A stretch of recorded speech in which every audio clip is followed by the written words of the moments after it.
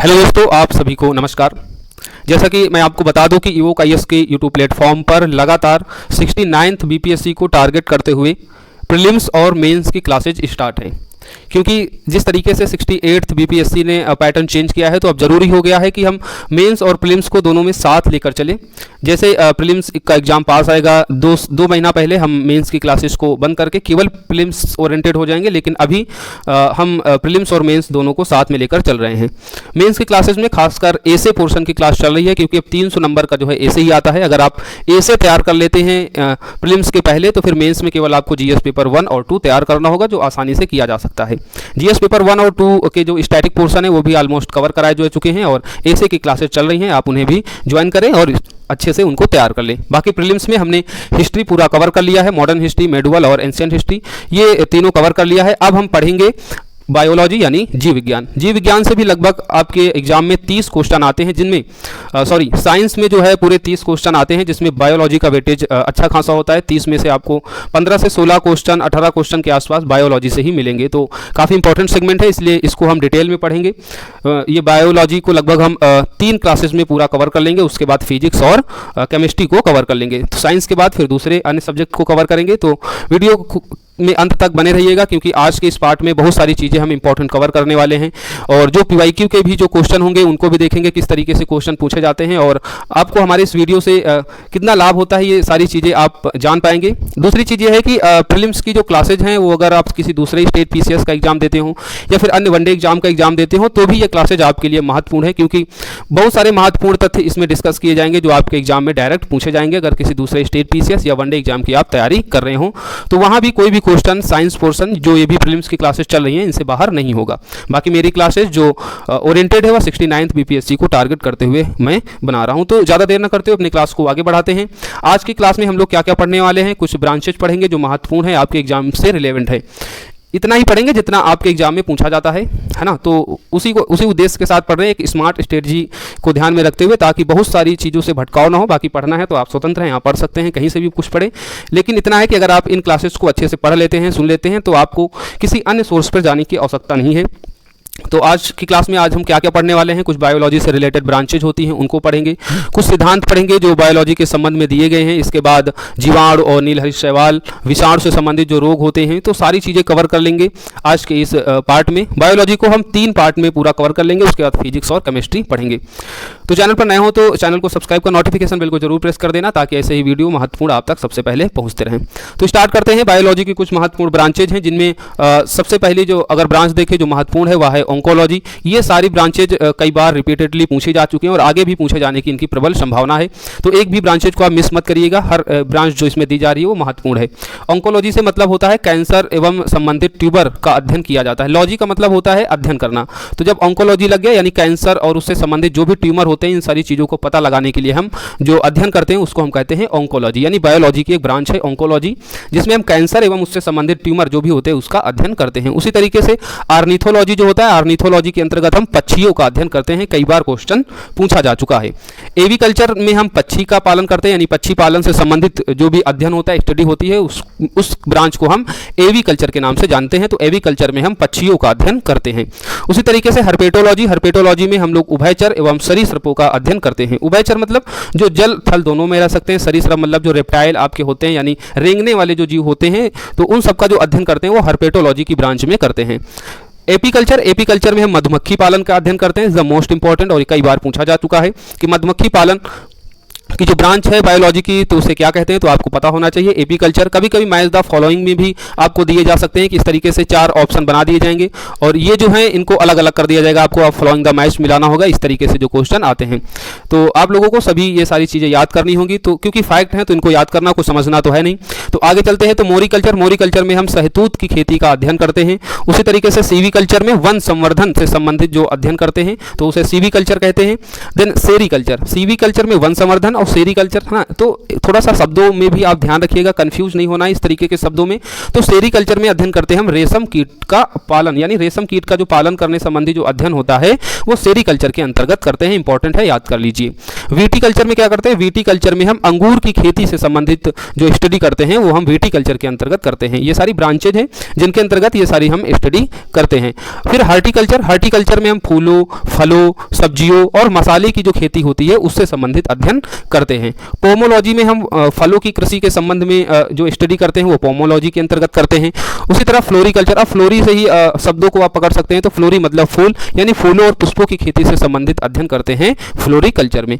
फिर ओलेरीकल्चर है ना, ओलेरीकल्चर में अध्ययन करते हैं सब्जियों की खेती से संबंधित। तो आपको कंफ्यूज नहीं होना इस तरीके से फ्लोरी और ओलोरीकल्चर में। ओलोरीकल्चर में सब्जियों की खेती से संबंधित अध्ययन करते हैं और फ्लोरिकल्चर में फूलों की खेती की जाती है उससे संबंधित अध्ययन करते हैं। फिर उसी तरीके से आगे पीसी कल्चर, पीसी कल्चर में हम मत्स्य पालन संबंधी अध्ययन करते हैं। कई बार ये क्वेश्चन पूछा जा चुका है। पीसी कल्चर और इक्थियोलॉजी, इक्थियोलॉजी बेसिकली क्या होता है, जो जलीय कृषि की जाती है और इसमें महत्वपूर्ण मत्स्य पालन का ही इसमें भी अध्ययन करते हैं इक्थियोलॉजी। लेकिन अगर बड़े स्तर, व्यापक स्तर पर देखें तो इक्थियोलॉजी में जो भी जलीय जीव जंतुओं की जो हम पालन करते हैं वो सभी जो है इक्थियोलॉजी में आ जाता है। पीसी कल्चर में स्पेसिफिक जो है वो मत्स्य पालन का अध्ययन करते हैं। फिर ओरोलॉजी में, ओरोलॉजी में हम पर्वतों का अध्ययन करते हैं, यानी पर्वत किस प्रकार के हैं, जो पर्वतों के बारे में जो विशेषताएं बताई जाती हैं वो बेसिकली ओरोलॉजी, वो जो स्टडी की जाती है ओरोलॉजी कहलाती है। फिर एग्रोनॉमी, एग्रोनॉमी में हम करते हैं कृषि विज्ञान का अध्ययन, यानी कृषि विज्ञान से संबंधित जो भी स्टडी करते हैं वो बायोलॉजी की एग्रोनॉमी ब्रांच होती है। फिर आते हैं वर्मीकल्चर, ये भी क्वेश्चन कई बार पूछा जा चुका है। वर्मीकल्चर तो इसके अंतर्गत किसका अध्ययन करते हैं, तो केचुआ पालन का इसके अंतर्गत अध्ययन करते हैं। फिर फ्रोनोलॉजी, फ्रोनोलॉजी के अंतर्गत हम अध्ययन करते हैं मस्तिष्क के विभिन्न भागों की क्रियाशीलता और विक्षिप्तता का अध्ययन करते हैं। क्वेश्चन कई बार पूछा जा चुका है, इसीलिए इन सारी टर्मिनोलॉजी को यहाँ पर दिया जा रहा है ब्रांचेज, ये बहुत ही महत्वपूर्ण है, किसी एक भी ब्रांच को आप इग्नोर नहीं कर सकते हैं। तो फ्रोनोलॉजी में किसका अध्ययन करते हैं, मस्तिष्क के विभिन्न भागों की क्रियाशीलता एवं विक्षिप्तता का अध्ययन करते हैं। फिर एग्रोस्टोलॉजी, एग्रोस्टोलॉजी जैसे एग्रो इसके नाम से ही पता चल रहा है, तो एग्रोस्टोलॉजी में घास संबंधित जो भी अध्ययन होता है वो एग्रोस्टोलॉजी के अंतर्गत आता है। एंटेमोलॉजी, एंटेमोलॉजी के अंतर्गत हम कीटों का अध्ययन करते हैं, ये भी कई बार क्वेश्चन पूछा जा चुका है, अगर आप प्रीवियस ईयर क्वेश्चन पेपर देखेंगे तो सारी चीजें क्लियर हो जाएंगी। पैरासिटोलॉजी, पैरासिटोलॉजी के अंतर्गत हम परजीवियों का अध्ययन करते हैं। उसी तरीके से ट्रोफोलॉजी, ट्रोफोलॉजी का अध्ययन करते हैं पोषण, यानी ट्रोफोलॉजी जैसे इसके नाम से ही पता चल रहा है ट्रोफोलॉजी, इसके अंतर्गत करते हैं हम पोषण एवं पोषण विधियों का अध्ययन करते हैं ट्रोफोलॉजी। न्यूट्रिशियन से संबंधित जो भी स्टडी होती है वो ट्रोफोलॉजी कहलाती है। फिर आता है टेटोलॉजी, है ना। अब देखो ट्रोफोलॉजी टेटोलॉजी में कंफ्यूज नहीं होना है, इस तरीके की जब कंफ्यूजन वाले वर्ड मिले तो आप इनको बहुत ही ध्यान से सुनिएगा, बाकी आप अलग से एक शॉर्ट नोट्स भी बना सकते हैं जहां पर आपको कंफ्यूजन लगे, जो शब्द आपको याद ना हो। तो ट्रोफोलॉजी में हमने पढ़ लिया पोषण और पोषण विधियों का अध्ययन, और टेटोलॉजी में हो जाएगा उपार्जित लक्षणों का अध्ययन, यानी उपार्जित लक्षणों का जो भी अध्ययन करते हैं। उपार्जित लक्षण कौन से होते हैं कि जो जीव होते हैं, मान लो जैसे मनुष्य में जो अपेंडिक्स पहले होता था, या फिर कह सकते हैं सांपों की लैमार्कवाद ने कहा था कि सांपों के पैर होते हैं, लेकिन अब पैर नहीं मिलते, यानी वो जो लक्षण थे सांप वाले वो खत्म हो गए हैं। लेकिन ये चीज कैसे पता चली, तो ये पता चलती है जब हम बायोलॉजी की हम टेटोलॉजी का अध्ययन करते हैं, उस ब्रांच का अध्ययन करते हैं, तो हम जीव जंतुओं में जो उपार्जित लक्षण होते हैं उनका अध्ययन करते समय सारी चीजें जान पाते हैं। फिर उसके बाद सेरोलॉजी, सेरोलॉजी में हम रुधिर सीरम का वैज्ञानिक अध्ययन करते हैं, यानी जो हमारा जो ब्लड होता है, ब्लड में क्या क्या चीजें होती हैं, उन सब चीजों का अध्ययन करने के लिए जो ब्रांच होती है बायोलॉजी की उसे कहते हैं सेरोलॉजी। फिर आता है हेमेटोलॉजी, हेमेटोलॉजी में क्या करते हैं, इसमें ब्लड का अध्ययन करते हैं, है ना। तो सेरोलॉजी में रुधिर के सीरम का अध्ययन करते हैं और हेमेटोलॉजी में केवल ब्लड का अध्ययन करते हैं, थोड़ा सा ये डिफरेंट है, इसको आप जरूर ध्यान में रखिएगा। फिर आते हैं पैलियोबायोलॉजी, पैलियोबायोलॉजी में किसका अध्ययन करते हैं, जीवाश्म विज्ञान का। जीवाश्म विज्ञान का मतलब विभिन्न प्रकार के जंतुओं का यहाँ पर विस्तृत अध्ययन किया जाता है पैलियोबायोलॉजी में। फिर आते हैं मार्फोलॉजी, मार्फोलॉजी में किसका अध्ययन किया जाता है, तो इसमें किया जाता है जंतुओं की आकृति एवं उसकी क्या रचना है, इस प्रकार का जब अध्ययन किया जाता है तो आ जाता है मार्फोलॉजी में, यानी जंतुओं की आकृति एवं उसकी रचना के संबंध में जो अध्ययन किया जाता है मार्फोलॉजी। काफी इंपॉर्टेंट है, सब पूछे जा चुके हैं कई बार। फिर आता है बायोनॉमिक्स, बायोनिक्स में पूछते हैं जैव जगत के गुणों सिद्धांतों के प्रयोग द्वारा आधुनिक उपकरणों व अभियांत्रिकी तंत्रों का निर्माण करना, ये हम बायोनिक्स के अंतर्गत अध्ययन करते हैं।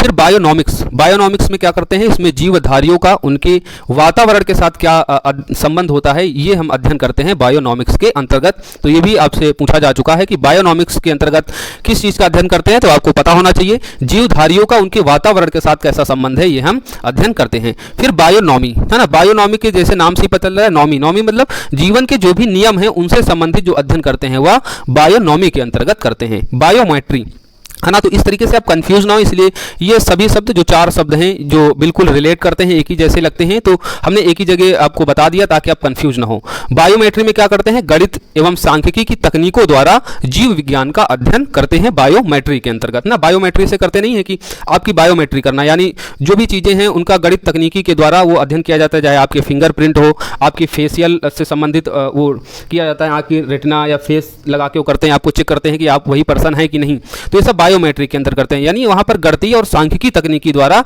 अध्ययन किया जाता है। एथनोलॉजी के अंतर्गत क्या होता है, एथनोलॉजी के अंतर्गत विभिन्न संस्कृतियों के वैज्ञानिक विवरणों का तुलनात्मक अध्ययन करते हैं, इथनोलॉजी। ये भी इंपॉर्टेंट है, सब जो है पूछे जा चुके हैं, इसलिए आपसे यहाँ डिस्कस ये किए जा रहे हैं। एथनोलॉजी को हमने देख लिया, विभिन्न संस्कृतियों के वैज्ञानिक विवरणों का तुलनात्मक अध्ययन। फिर इथोलॉजी, इथोलॉजी में क्या अध्ययन किया जाता है, तो इथोलॉजी में मानव सहित सभी जंतुओं के व्यवहार का अध्ययन किया जाता है, यानी मानव और उसके अलावा भी जो भी जंतु हैं उन सभी के व्यवहार, यानी वो किस तरीके से व्यवहार करते हैं, इन सभी चीजों का अध्ययन करते हैं हम इथोलॉजी में। फिर यूजेनिक्स, यूजेनिक्स भी काफी इंपॉर्टेंट है, ये भी पूछा जा चुका है। इसके अंतर्गत करते हैं अनुवांशिकी के सिद्धांत द्वारा मानव जात की उन्नति का अध्ययन, यानी जो जेनेटिक्स जो पार्टिकल होते हैं उनके क्या सिद्धांत होते हैं, उन सिद्धांतों द्वारा हम मानव जात की उन्नति, यानी मानव जाति ने अभी किस तरीके से डेवलप किया है, वो सारे प्रोसेस को हम स्टडी करते हैं, किसके द्वारा, यूजेनिक्स की ब्रांच के द्वारा, यानी बायोलॉजी की जो ब्रांच यूजेनिक्स है उसके द्वारा हम अनुवांशिकी के सिद्धांत द्वारा मानव जात की उन्नति का अध्ययन करते हैं। इंपॉर्टेंट है, इसको याद रखिएगा। लेक्सिकोग्राफी, लेक्सिकोग्राफी में हम शब्दकोशों का संकलन करते हैं, लेक्सिकोग्राफी। फिर फिलाटेलिस्ट के अंतर्गत हम डाक टिकटों का संग्रहण करते हैं, इंपॉर्टेंट है, आप इन सभी को याद रखिए। फिलाटेलिस्ट के अंतर्गत डाक टिकटों का संग्रहण। स्पर्मोलॉजी के अंतर्गत हम बीजों का अध्ययन करते हैं, यानी स्पर्मोलॉजी के अंतर्गत किसका अध्ययन करते हैं, तो बीजों का अध्ययन करते हैं। मॉलिक्यूलर बायोलॉजी, मॉलिक्यूलर बायोलॉजी के अंतर्गत करते हैं हम न्यूक्लिक अम्ल, यानी जो डीएनए आरएनए होते हैं, डीऑक्सीराइबोस न्यूक्लिक एसिड और राइबोस न्यूक्लिक एसिड, यानी डीएनए और आरएनए का अध्ययन हम किसके अंतर्गत करते हैं, तो मॉलिक्यूलर बायोलॉजी के अंतर्गत करते हैं। फिर आते हैं एक्वाकल्चर, एक्वाकल्चर में किसका अध्ययन करते हैं, तो जलीय जंतु एवं वनस्पतियों का अध्ययन करते हैं। तो एक्वा से नाम ही आता है, जैसे एक्वाफिना पीते हैं ना, जो पानी की बोतल, तो यानी जो जल से संबंधित जो भी जंतु हैं, जो भी वनस्पतियां हैं, जो जलीय वातावरण में रहती हैं, तो उनका अध्ययन हम करते हैं एक्वाकल्चर बायोलॉजी की जो ब्रांच होती है उसके अंतर्गत। उसी तरीके से हाइड्रोपोनिक्स, हाइड्रोपोनिक्स में भी क्या करते हैं, या एरोपोनिक्स भी इसे कहते हैं, एरोकल्चर भी कहते हैं, इसमें मृदा विहीन पादप संवर्धकों का अध्ययन करते हैं, यानी जो पादप मृदा में नहीं उगते हैं, और आजकल ये तकनीकी के द्वारा हम जो घरों में बागवानी वगैरह करते हैं तो उसको हम हाइड्रोपोनिक्स या एरोपोनिक्स, यानी जल में लगा देते हैं पौधे, या फिर वायु में ही पौधे को लगा देते हैं, वायु की जो पौधे की जो जड़ें निकलती हैं और यहीं पर जो है केमिकल जो पोषण देना होता है उसको छिड़क देते हैं। तो इस तरीके से जो भी पादप जो है मृदा में नहीं उगते हैं उनका स्टडी करने के लिए हम हाइड्रोपोनिक्स, यानी जो जल में उगते हैं, उसी तरीके से एरोपोनिक्स जो वायु में उगते हैं, तो इन सभी का अध्ययन हम करते हैं इस ब्रांच के अंतर्गत। फिर आता है माइलोकोलॉजी, तो माइलोकोलॉजी में क्या होता है, मोलस्का या इनके खोलों का अध्ययन किया जाता है। जेरेंटोलॉजी, इसको भी कई बार जो है पूछा जा चुका है, जेरेंटोलॉजी में हम वृद्धावस्था व काल के प्रभावन के सामाजिक, मनोवैज्ञानिक तथा जैविक पहलुओं का अध्ययन करते हैं, यानी जो वृद्ध लोग होते हैं तो वृद्ध लोगों के जो क्या सामाजिक, क्या उन पर मनोवैज्ञानिक, क्या उन पर जैविक प्रभाव अब पड़ रहा है ना, तो ये सारी चीज़ों का अध्ययन करने के लिए हम जेरेंटोलॉजी की ब्रांच के अंतर्गत अध्ययन करते हैं, यानी जो बुढ़ापे से संबंधित जो भी सामाजिक, मनोवैज्ञानिक और जैविक पहलुओं में उनके परिवर्तन होता है उसका अध्ययन करते हैं हम जेरेंटोलॉजी से। पैडोलॉजी में क्या होता है, पैडोलॉजी में हम मृदा निर्माण, मृदा के प्रकार आदि का अध्ययन करते हैं, यानी मिट्टी का निर्माण कैसे होता है, मिट्टी के कितने प्रकार हैं, ये सब किसके अंतर्गत अध्ययन करते हैं, तो पैडोलॉजी। फिर आते हैं ऑस्टियोलॉजी, ये अंतिम है, ऑस्टियोलॉजी के अंतर्गत अध्ययन करते हैं हड्डियों या अस्थि जिसे कहते हैं, अस्थि हड्डियां है ना, दोनों को मतलब एक ही होता है, तो अस्थियों और हड्डियों का अध्ययन हम करते हैं ऑस्टियोलॉजी से। तो इस तरीके से हमने बायोलॉजी की जितनी भी इंपॉर्टेंट ब्रांच हैं जो आपके एग्जाम में आ सकती हैं या फिर अभी तक जो पूछी जा चुकी हैं, क्योंकि कभी कभी क्वेश्चन जो है रिपीटेडली भी पूछा जाता है, तो उन सभी को हमने यहाँ पर डिस्कस कर लिया है। आप इनको पॉज करके एक बार अच्छे से और पढ़ ले, रिवीजन कर ले, बाकी जो चीजें नहीं याद हो रही हैं उसको अलग से नोट भी कर सकते हैं। अब जैव विकास के सिद्धांत, ये भी कई बार क्वेश्चन पूछे जाते हैं आपके एग्जाम में, तो जैव विकास के कुछ सिद्धांत इंपॉर्टेंट जिन पर अब हम चर्चा करेंगे। जैसे उपार्जित लक्षणों का जो वंशानुगत सिद्धांत है, इसको किसने दिया, लैमार्कवाद ने। लैमार्कवाद ने सिद्धांत दिया किस पुस्तक में, तो फिलोसफिकल जियोलॉजी। कभी कभी पुस्तक भी पूछ लेते हैं, तो पुस्तक को भी हमने बता दिया है। तो उपार्जित लक्षणों का वंशानुगत सिद्धांत अगर आपसे पूछा जाए तो किसका है, तो आप बताएंगे लैमार्कवाद का, और उनकी पुस्तक क्या है, फिलोसफिकल जूलॉजिक में इस सिद्धांत का वर्णन किया है।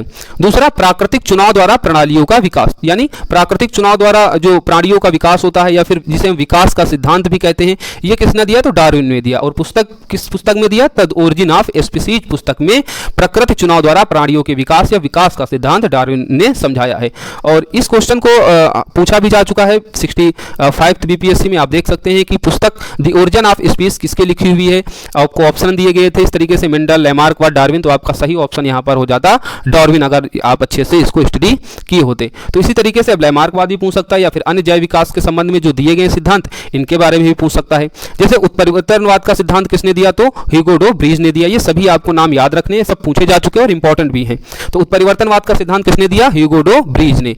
एक जीन एक एंजाइम की परिकल्पना का सिद्धांत दिया है बीटल एंड टैटम ने। इसी तरीके से सुजानकी का मतलब होता है मानव जाति के समाज को आनुवांशिक नियमों के द्वारा सुधारने संबंधी जो अध्ययन किया जाता है वो सुजानकी कहलाता है। और सुजानकी जो सिद्धांत दिया, इस सिद्धांत को दिया है फ्रांसिस गाल्टन ने। तो सुजानकी का सिद्धांत किसने दिया, फ्रांसिस गाल्टन ने। द्विपद नामकरण की पद्धति किसने दिया, कैरोलस लीनियस ने। और कैरोलस लीनियस को हम आधुनिक वर्गीकरण का पिता भी कहते हैं। अब द्विपद नामकरण पद्धति से क्या मतलब है, तो द्विनामकरण पद्धति का मतलब है एक तो नॉर्मल नाम होता है सामान्य, दूसरा एक होता है वैज्ञानिक नाम। जैसे मनुष्य का वैज्ञानिक नाम क्या है, होमो सोपियंस। तो इस तरीके से जो द्विनामकरण पद्धति को जो दिया है वो कैरोलस लीनियस से संबंधित है और इन्हें ही हम आधुनिक वर्गीकरण का पिता भी कहते हैं। इसी तरीके से एक अन्य सिद्धांत है ओपेरिनवाद की अवधारणा, ये भी कई बार पूछा जा चुका है। तो ओपेरिनवाद की अवधारणा या ओपेरिनवाद का सिद्धांत किसने दिया, तो जैकब मोनार्ड ने ओपेरिनवाद की अवधारणा का सिद्धांत दिया। तो इस तरीके से हमने जैव विकास के संबंध में जो भी इंपॉर्टेंट सिद्धांत हैं उन पर हमने चर्चा कर ली है। अब हम इसके बाद पढ़ेंगे वर्ग की, यानी जो टैक्सोनॉमी होती है उसका अध्ययन करते हैं। टैक्सोनॉमी में क्या क्या चीज़ें हम पढ़ेंगे, क्योंकि एक सीक्वेंस से पढ़ने के लिए एक अच्छे से हम एक डायग्राम के माध्यम से पूरा वर्गीकरण करेंगे, फिर वर्गीकरण करने के बाद में हम एक एक स्टेप करके पूरी ये बायोलॉजी को कवर करेंगे। तो वर्गीकरण जो होती है इसे टैक्सोनॉमी भी कहते हैं। R.H. व्हिटेकर एक साइंटिस्ट थे, इन्होंने जीवों के वर्गीकरण के संबंध में 5 जगत प्रणाली यानी 5 किंगडम सिस्टम जो है बताया। यानी 5 जगत प्रणाली का सिद्धांत किसने दिया, तो R.H. व्हिटेकर ने। और पूरे जीव जंतु जगत को इन्होंने 5 प्रणालियों में बांटा, जिसमें पहला था मोनेरा जगत, दूसरा था प्रोटिस्टा जगत, तीसरा था पादप जगत, चौथा था कवक जगत और पांचवा था जंतु जगत। यानी पूरे जीव जंतु वनस्पतियों को इन्होंने 5 जगत में बांट दिया। और मोनेरा जगत के अंतर्गत क्या क्या आता है, तो इसके अंतर्गत आता है प्रायः एक कोष की प्रोकैरियोटिक जीव जो होते हैं वो मोनेरा जगत के अंतर्गत आते हैं। जैसे माइकोप्लाज्मा हो गया, जीवाणु हो गया, नील हरित यानी साइनोबैक्टीरिया, ये सब किसके अंतर्गत आएंगे, तो मोनेरा जगत के अंतर्गत। अब आपसे पूछा जा सकता है कि नील हरित हैं एक कोष की प्रोकैरियोटिक जीव या फिर बहुकोष की यूकैरियोटिक जीव। तो इस तरीके से अगर क्वेश्चन बनता है तो आप बताएंगे कि नील हरित शैवाल एक कोशिकीय प्रोकैरियोटिक जीव है, क्योंकि एक कोशिकीय प्रोकैरियोटिक जीव मोनेरा जगत के होते हैं। और मोनेरा जगत में नील हरित शैवाल, फिर चाहे इस तरीके से जीवाणु के बारे में पूछा जाए तो जीवाणु के बारे में बता देंगे, माइकोप्लाज्मा का उदाहरण दिया जाए तो भी आप इस तरीके से बता सकते हैं। और ऐसे क्वेश्चन आपके एग्जाम में पूछे जाते हैं। फिर उसी तरीके से जो दूसरा है वह है प्रोटिस्टा जगत। प्रोटिस्टा जगत में अधिकांशतः एक कोशिकीय यूकैरियोटिक जीव, मोनेरा जगत में प्रोकैरियोटिक जीव होते हैं, यहाँ पर एक कोशिकीय यूकैरियोटिक जीव होते हैं, जिसमें हम अधिकांशतः जो शैवाल या फिर संघ प्रोटोजीवा के जो जीव होते हैं उनको यहाँ पर रखते हैं, यानी अमीबा वगैरह जो होते हैं वह प्रोटिस्टा जगत में ही आ जाते हैं। फिर दूसरा पादप जगत। पादप जगत मतलब जो भी पेड़ पौधे ये सारी वनस्पतियां जो होती हैं वह पादप जगत में आ जाएंगे। यानी पादप जगत कैसे होते हैं, स्वपोषी होते हैं, जो अपना भोजन ये पेड़ पौधे स्वयं बना लेते हैं, उत्पादक होते हैं। तो इसके अंतर्गत जो जो पढ़ेंगे वो ब्रायोफाइटा, टेरिडोफाइटा, अनावृत बीजी और आवृत बीजी, यही सारे पादप होते हैं। तो हम इनको भी आगे चल के पढ़ेंगे। एक वर्गीकरण कर दे रहे हैं ताकि एक सीक्वेंस मिल जाए, हम किस किस स्टेप बाय स्टेप पढ़ेंगे। पहले मोनेरा जगत के जो इंपॉर्टेंट जीव हैं जैसे जीवाणुओं के बारे में पढ़ लेंगे, नील हरित शैवाल के बारे में पढ़ लेंगे क्योंकि इंपॉर्टेंट है। फिर उसी तरीके से हम अन्य जो भी पादपों के बारे में पढ़ लेंगे। आज पूरा पादप जगत हम कवर कर लेंगे। फिर नेक्स्ट जो है कवक जगत। कवक जगत में जो है अधिकांशतः बहुकोशिकीय यूकैरियोटिक जीव होते हैं, जिसमें ईस्ट, मशरूम, कुकुरमुत्ता का उदाहरण दे सकते हैं। तो आपके एग्जाम में डायरेक्ट भी पूछा जा सकता है कि मशरूम है ना, तो जीवाणु है, कवक है या पादप है, जंतु जगत का जीव है, तो आप बताएंगे यह एक कवक है। मशरूम चाहे पूछे, चाहे ईस्ट पूछे, चाहे कुकुरमुत्ता पूछे, ये सब क्या है, फंगाई हैं। और ये फंगाई कैसे होते हैं, तो ये अधिकांशतः बहुकोशिकीय यूकैरियोटिक होते हैं। फिर आता आता है जंतु जगत। जंतु जगत में मतलब अब सभी चीजें आ जाएंगी जो जंतुओं से संबंधित है, सभी उपभोक्ता जीव यानी जो अपना भोजन स्वयं नहीं बना पाते हैं, जिसमें कुछ कशेरुकी जीव मतलब जिनमें रीढ़ की हड्डियां विकसित होती हैं, जैसे इसमें मत्स्य, उभयचर जो जीव होते हैं, सरीसृप, पक्षी, स्तनधारियों में हम सभी आ जाते हैं। उसी तरीके से दूसरा इसमें अकशेरुकी जीव जिसमें रीढ़ की हड्डी जो है विकसित नहीं होती, जैसे पेरीफेरा, एनालिडा, मोलिस्का, आर्थोपेडा, सिलिंट्रा, इकाइनोडर्मेटा संघ के सारे जो जीव होते हैं वो अकशेरुकी जीव होते हैं। बाकी कशेरुकी जीव होते हैं जिसमें हम सभी मानव आ जाता है, मत्स्य, सरीसृप, उभयचर, पक्षी ये सभी आते हैं। तो इस तरीके से हमने देखा विकेटर ने 5 जगत प्रणालियों के माध्यम से पूरे जंतु जगत और वनस्पति जगत को इसमें इन्होंने बांट दिया। तो अब एक एक करके हम पढ़ेंगे, जिसमें सबसे पहले जीवाणुओं के बारे में पढ़ेंगे, क्योंकि अक्सर क्वेश्चन आते हैं जीवाणु हो चाहे विषाणु हो फिर चाहे कवक के बारे में हो, आज इन सभी पर हम चर्चा करेंगे। तो सर्वप्रथम हम पढ़ते हैं अब जीवाणु के बारे में। जीवाणु की सर्वप्रथम अगर आपसे क्वेश्चन पूछा जाए कि जीवाणु की खोज किसने की, तो आप बताएंगे एंटनी वान ल्यूवेनहॉक ने। तो किसने खोज की जीवाणु की? बैक्टीरिया यानी जिसे कहते हैं खोज की थी इनकी ल्यूवेनहॉक ने। जो जीवाणु होते हैं वह हरित लवक रहित यानी नॉन क्लोरोफिलस होते हैं। नॉन क्लोरोफिलस का मतलब होते हैं कि ये अपना भोजन जो है स्वयं नहीं बनाते हैं। हरित लवक वही होते हैं। हरित लवक मतलब जो सूर्य की रोशनी से जो पादप होते हैं वो सभी हरित लवक उनमें होता है जो अपना भोजन सूर्य की रोशनी से बना लेते हैं। लेकिन ये हरित लवक रही होते हैं यानी इनमें हरित लवक नहीं पाया जाता है, ये सूर्य की रोशनी से अपना भोजन नहीं बनाते हैं। इनकी कोशिका भित्ति का रासायनिक संगठन पौधों की कोशिका भित्ति के रासायनिक संगठन से बिल्कुल भिन्न होता है, अर्थात ये वास्तविक पौधे नहीं होते हैं। क्योंकि इसमें कुछ जीवाणु हम देखेंगे जो अपना भोजन स्वयं बना लेते हैं, और हमने ऊपर क्या पढ़ा, जो अपना भोजन स्वयं बना लेते हैं स्वपेशी होते हैं वो पादप जगत के अंतर्गत आते हैं। लेकिन एक कुछ अपवाद हैं वो जीवाणुओं के अंतर्गत हैं, जिसमें कुछ जीवाणु ऐसे होते हैं जो अपना भोजन स्वयं बना लेते हैं। लेकिन फिर हमने कहा कि इनमें हरित लवक नहीं होता है, जो अपना भोजन वो स्वयं बनाते हैं तो वो एंजाइम यानी रसायन संश्लेषण के द्वारा अपना भोजन बनाते हैं। क्योंकि पोषण 2 प्रकार का होता है, एक स्वपोषी होता है, एक होता है विषमपोषी। एक स्वपोषी में रसायन संश्लेषण के द्वारा अपना भोजन बनाते हैं, दूसरे जो होते हैं स्वपोषी वो सूर्य के प्रकाश के द्वारा अपना भोजन बनाते हैं, जिनमें हम सभी वनस्पति पादपों को देखते हैं। लेकिन जो रसायन संश्लेषण के अंतर्गत अध्ययन करते हैं ये भी अपना भोजन बनाते हैं, लेकिन ये एंजाइम के माध्यम से बनाते हैं, जिसमें कुछ बैक्टीरियाओं को हम पढ़ते हैं। फिर विषमपोषी मतलब जो दूसरों से भोजन प्राप्त करते हैं। तो इनमें अगर हम जीवाणुओं को देखें तो जो परजीवी जीवाणु होते हैं जैसे माइकोबैक्टीरिया, फिर उसी तरीके से सहजीवी संबंध बना के कुछ जीवाणु अपना भोजन प्राप्त करते हैं, जिनसे हम राइजोबियम उदाहरण के रूप में देख सकते हैं। और फिर कुछ जीवाणु ऐसे होते हैं जो सले गड़े जो मृत जीव जंतु वनस्पति होते हैं उनसे अपना भोजन प्राप्त करते हैं, और इसमें उदाहरण देख सकते हैं हम लैक्टोबैसिलस का। तो इस तरीके से हमने जीवाणु को ओवरऑल पढ़ लिया। जो भी इंपॉर्टेंट फैक्ट आते हैं, जैसे आपसे पूछा जाएगा खोज किसने की, आप बताएंगे ल्यूवेनहॉक ने खोज किया, है ना। कुछ जीवाणु इस तरीके से स्टेटमेंट दिया जा सकता है क्या कुछ जीवाणु अपना भोजन स्वयं बनाते हैं, तो आप कहेंगे हाँ। क्या जीवाणु हरित लवक रहित होते हैं, तो आपका स्टेटमेंट होना चाहिए हाँ। क्या कुछ जीवाणु सूर्य के रोशनी से या सूर्य की ऊर्जा से अपना भोजन प्राप्त कर पाते हैं, तो आपका जवाब होना चाहिए नहीं। कुछ जीवाणु अपना भोजन बना लेते हैं, ये चीज़ सही है, लेकिन वो सूर्य के प्रकाश से नहीं बल्कि रसायन संश्लेषण के माध्यम से अपना भोजन बनाते हैं। बाकी अन्य जो अधिकांश जो जीवाणु होते हैं वो दूसरे जीवों पर सजीवी, परजीवी या मृतोपजीवी संबंध स्थापित करके वो भोजन प्राप्त करते हैं। अब जीवाणुओं में एक चीज और इंपॉर्टेंट है कि कुछ जीवाणु होते हैं लाभदायक होते हैं और कुछ जीवाणु होते हैं हानिकारक। अब कौन से जीवाणु लाभदायक हैं, अक्सर आपसे एग्जाम में पूछा जाता है, जिसमें सबसे महत्वपूर्ण हो जाता है राइजोबियम। राइजोबियम जो जीवाणु होता है यह भूमि की उर्वरता में वृद्धि करता है, और यह मुख्यतः दलहनी फसलों की गांठों में पाया जाता है। और ये जो राइजोबियम होता है नाइट्रोजन को नाइट्रेट में परिवर्तित कर देता है। आपको बता दें कि जो पौधे होते हैं वह डायरेक्ट जो है वायुमंडल से नाइट्रोजन को ग्रहण नहीं कर पाते हैं। तो किस रूप में नाइट्रोजन को ग्रहण करते हैं, तो नाइट्रेट के रूप में ग्रहण करते हैं। और नाइट्रेट के रूप में ग्रहण करते हैं तो डायरेक्ट तो ग्रहण नहीं करेंगे, तो क्या करेंगे, जो दलहनी फसलें होती हैं इनकी गांठों में पाया जाता है राइजोबियम। तो ये क्या करते हैं, जो वायुमंडल की नाइट्रोजन होती है इसको नाइट्रेट में परिवर्तित कर देते हैं। जब परिवर्तित कर देते हैं तो पौधे जो है इस नाइट्रेट को मृदा से आसानी से ग्रहण कर लेते हैं, यानी पौधे नाइट्रेट के रूप में नाइट्रोजन को ग्रहण करते हैं, सीधे नाइट्रोजन को ग्रहण कर पाने में सक्षम नहीं होते हैं।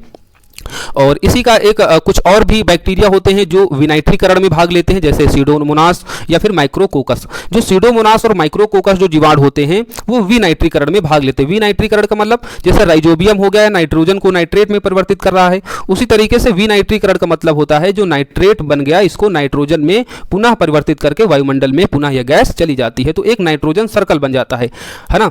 तो नाइट्रोजन को नाइट्रेट में परिवर्तित कर रहा है राइजोबियम। अगर विनाइट्रीकरण में भाग लेते कौन से बैक्टीरिया, तो स्यूडोमोनास और माइक्रोकोकस, ये नाइट्रेट को पुनः नाइट्रोजन में परिवर्तित कर देते हैं, इसको आप ध्यान रखिएगा। तो राइजोबियम से कई बार क्वेश्चन पूछा जा चुका है। ये मृदा की उर्वरता को बढ़ाएगा, क्योंकि मिट्टी में हम जानते हैं नाइट्रोजन की जो है कमी होती है। जब नाइट्रोजन की कमी होती है तो राइजोबियम क्या करता है, नाइट्रोजन को नाइट्रेट में परिवर्तित करके ये चीज जो है जो कमी होती है उसकी पूर्ति करता है। और इसीलिए कहते हैं कि दलहनी फसलें बोनी चाहिए, हर साल कम से कम एक बार दलहनी फसलें बो, ताकि जो मृदा है उसमें जो है नाइट्रोजन की जो आपूर्ति है वो लगातार बनी रहे। फिर दूसरा जो महत्वपूर्ण जीवाणु है वह लैक्टोबैसिलस। लैक्टोबैसिलस का कार्य क्या होता है, दूध से दही बनाने में। तो दूध से जो दही बनाने में जो वर्क करते हैं तो वो जो बैक्टीरिया होते हैं वो लैक्टोबैसिलस होते हैं। लैक्टोबैसिलस बैक्टीरिया जब तक नहीं होंगे जब तक दूध से दही नहीं बनेगा। तो दूध से दही बनाने में कौन से बैक्टीरिया काम करते हैं, तो लैक्टोबैसिलस। उसी तरीके से एसिटिबैक्टर एसिटी, एसिटिबैक्टर एसिटी क्या करते हैं, सिरका के निर्माण में काम करते हैं। यानी जो सिरका बनता है, जैसे गन्ना हो गया या फिर अन्य जो सीरम होता है, उससे जब सिरका बनाते हैं तो उसमें कौन सा बैक्टीरिया काम करता है, तो एसिटिबैक्टर एसिटी जो है यह सिरका के निर्माण में कार्य करता है। और इस तरीके का एक बार क्वेश्चन भी पूछा जा चुका है आपके एग्जाम में क्वेश्चन पूछा जा चुका है, जिसे आप देख सकते हैं कि एसिटिक जो एसिड होती है कि गंध किसके समान होती है। तो आपका आंसर यहाँ पर होना चाहिए था सिरका, जो 68th बीपीएससी में क्वेश्चन पूछा जा चुका है। तो एसिटिक एसिड जो होते हैं वह एसिटिक एसिड जो बैक्टीरिया होते हैं उसी के द्वारा सिरका बनता है, इसलिए एसिटिक एसिड जो अम्ल की जो गंध होगी वह सिरके के समान ही होगी। इस तरीके से आप इस आंसर को सही कर सकते थे। अब फिलहाल आपके क्वेश्चन गलत नहीं होंगे। जो भी क्वेश्चन आएंगे अगर आप अच्छे से इस वीडियो को अंत तक देख लेते हैं, समझ लेते हैं, एक बार एग्जाम देने से पहले रिवाइज कर लेते हैं, तो सारी जो क्वेश्चन होते हैं सभी क्वेश्चन जो आएंगे वो आप अच्छे से कर पाएंगे। एसिटिबैक्टर एसिटी जो सिरके के निर्माण में सहायक होता है। उसके बाद माइकोकोकस कोंडिलैस जो बैक्टीरिया होते हैं वह चाय की पत्तियों में क्यूरिंग के लिए काम करते हैं। तो अगर पूछा जाए चाय की पत्तियों में क्यूरिंग के लिए कौन सी बैक्टीरिया भाग लेते हैं, तो आपको बताना होगा माइकोकोकस कोंडिलैस। उसी तरीके से जो कुछ जीवाणु होते हैं वो प्रतिजैविक औषधि बनाने में काम करते हैं। प्रतिजैविक औषधि यानी जो एंटीबायोटिक औषधि होती हैं उनको बनाने में भी काम करते हैं, जैसे एरिथ्रोमाइसिन, टेरामाइसिन, है ना, स्ट्रिप्टोमाइसिन, ये सारी जो टैबलेट होती हैं इनको बनाने में हम कुछ बैक्टीरिया यानी एंटीबायोटिक औषध बनाने में कुछ बैक्टीरिया का वर्क इसमें महत्वपूर्ण हो जाता है। तो इस तरीके से हमने देखा कुछ महत्वपूर्ण बैक्टीरिया, जिसमें राइजोबियम, लैक्टोबैसिलस, एसिटिबैक्टर एसिटी, माइकोकोकस कोंडिलैस और कुछ एंटीबायोटिक औषध बनाने में प्रयुक्त ये कुछ बैक्टीरिया को देखा। और कौन कौन से एंटीबायोटिक हैं, तो एरिथ्रोमाइसिन, टेरामाइसिन, स्ट्रिप्टोमाइसिन, ये सारी एंटीबायोटिक्स हम जीवाणु की सहायता से बनाते हैं।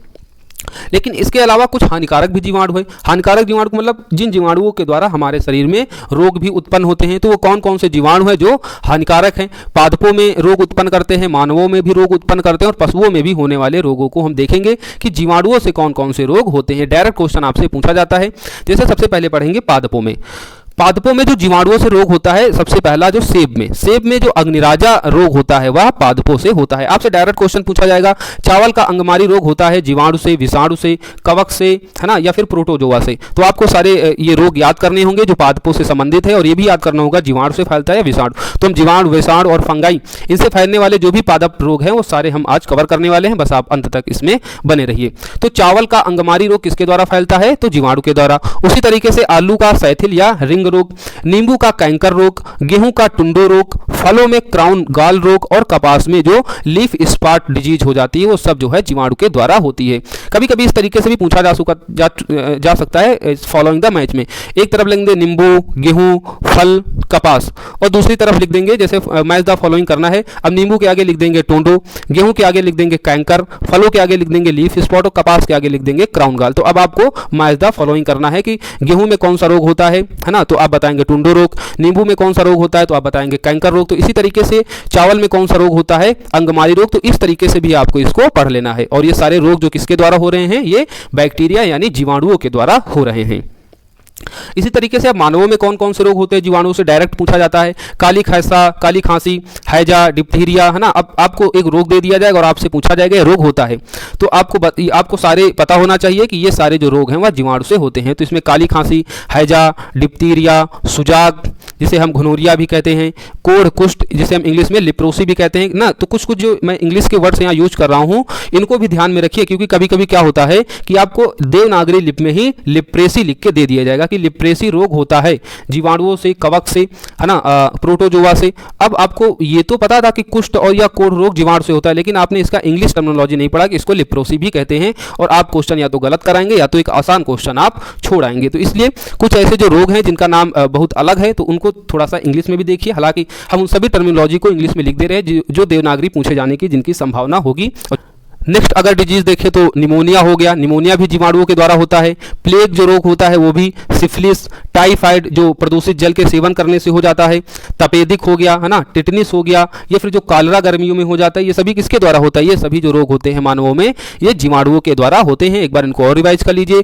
काली खांसी हो गया, हैजा हो गया, डिप्थीरिया हो गया ना, सुजाक या जिसे हम गोनोरिया कहते हैं, कोढ़ कुष्ठ जिसे हम लेप्रोसी इंग्लिश में कहते हैं, निमोनिया, प्लेग हो गया। निमोनिया किससे संबंधित होता है? ये फेफड़ों से संबंधित रोग होता है ना, तो निमोनिया हो गया, प्लेग रोग हो गया, सिफिलिस, टाइफाइड जो प्रदूषित जल के सेवन से हो जाता है, तपेदिक हो गया। तपेदिक किसे कहते हैं? ये टीबी होता है ना, ये टीबी, तपेदिक टीबी को ही हिंदी में कहते हैं तपेदिक, ट्यूबरक्लोसिस जो डिजीज होती है उसे ही हम तपेदिक कहते हैं। तो ये भी जो है बैक्टीरिया के द्वारा होता है। टिटनिस जो हो जाती है, कालरा हो जाता है, सभी जीवाणुओं के द्वारा होने वाले रोग हैं। इसी तरीके से जीवाणुओं से कुछ रोग हो जाते हैं पशुओं में। पशुओं में कौन सा रोग हो जाता है? जैसे एंथ्रेक्स रोग हो जाता है, जिसे हम ब्लैक फुट, काला पैर रोग कहते हैं। तो ये सभी जो पशुओं में रोग होता है एंथ्रेक्स और ब्लैक फुट, ये जीवाणुओं के द्वारा होता है। तो इस तरीके से हमने ऑलमोस्ट जो जीवाणु से संबंधित क्वेश्चन पूछे जाते हैं उनको देख लिया। इसके अलावा कुछ और भी एक तथ्य है जो आपके एग्जाम में कई बार पूछा जा चुका है। ये तथ्य है क्लोस्ट्रोडियम बोटुलिनियम।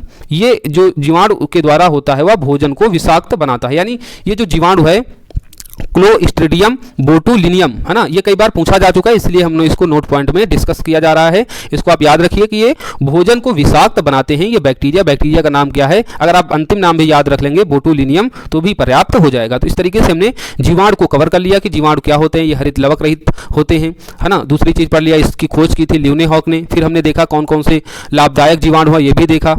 तो सारी चीजें हमने जीवाणु से संबंधित देख ली जो आपके एग्जाम के लिए इंपॉर्टेंट हैं। अब हम पढ़ेंगे विषाणु के बारे में।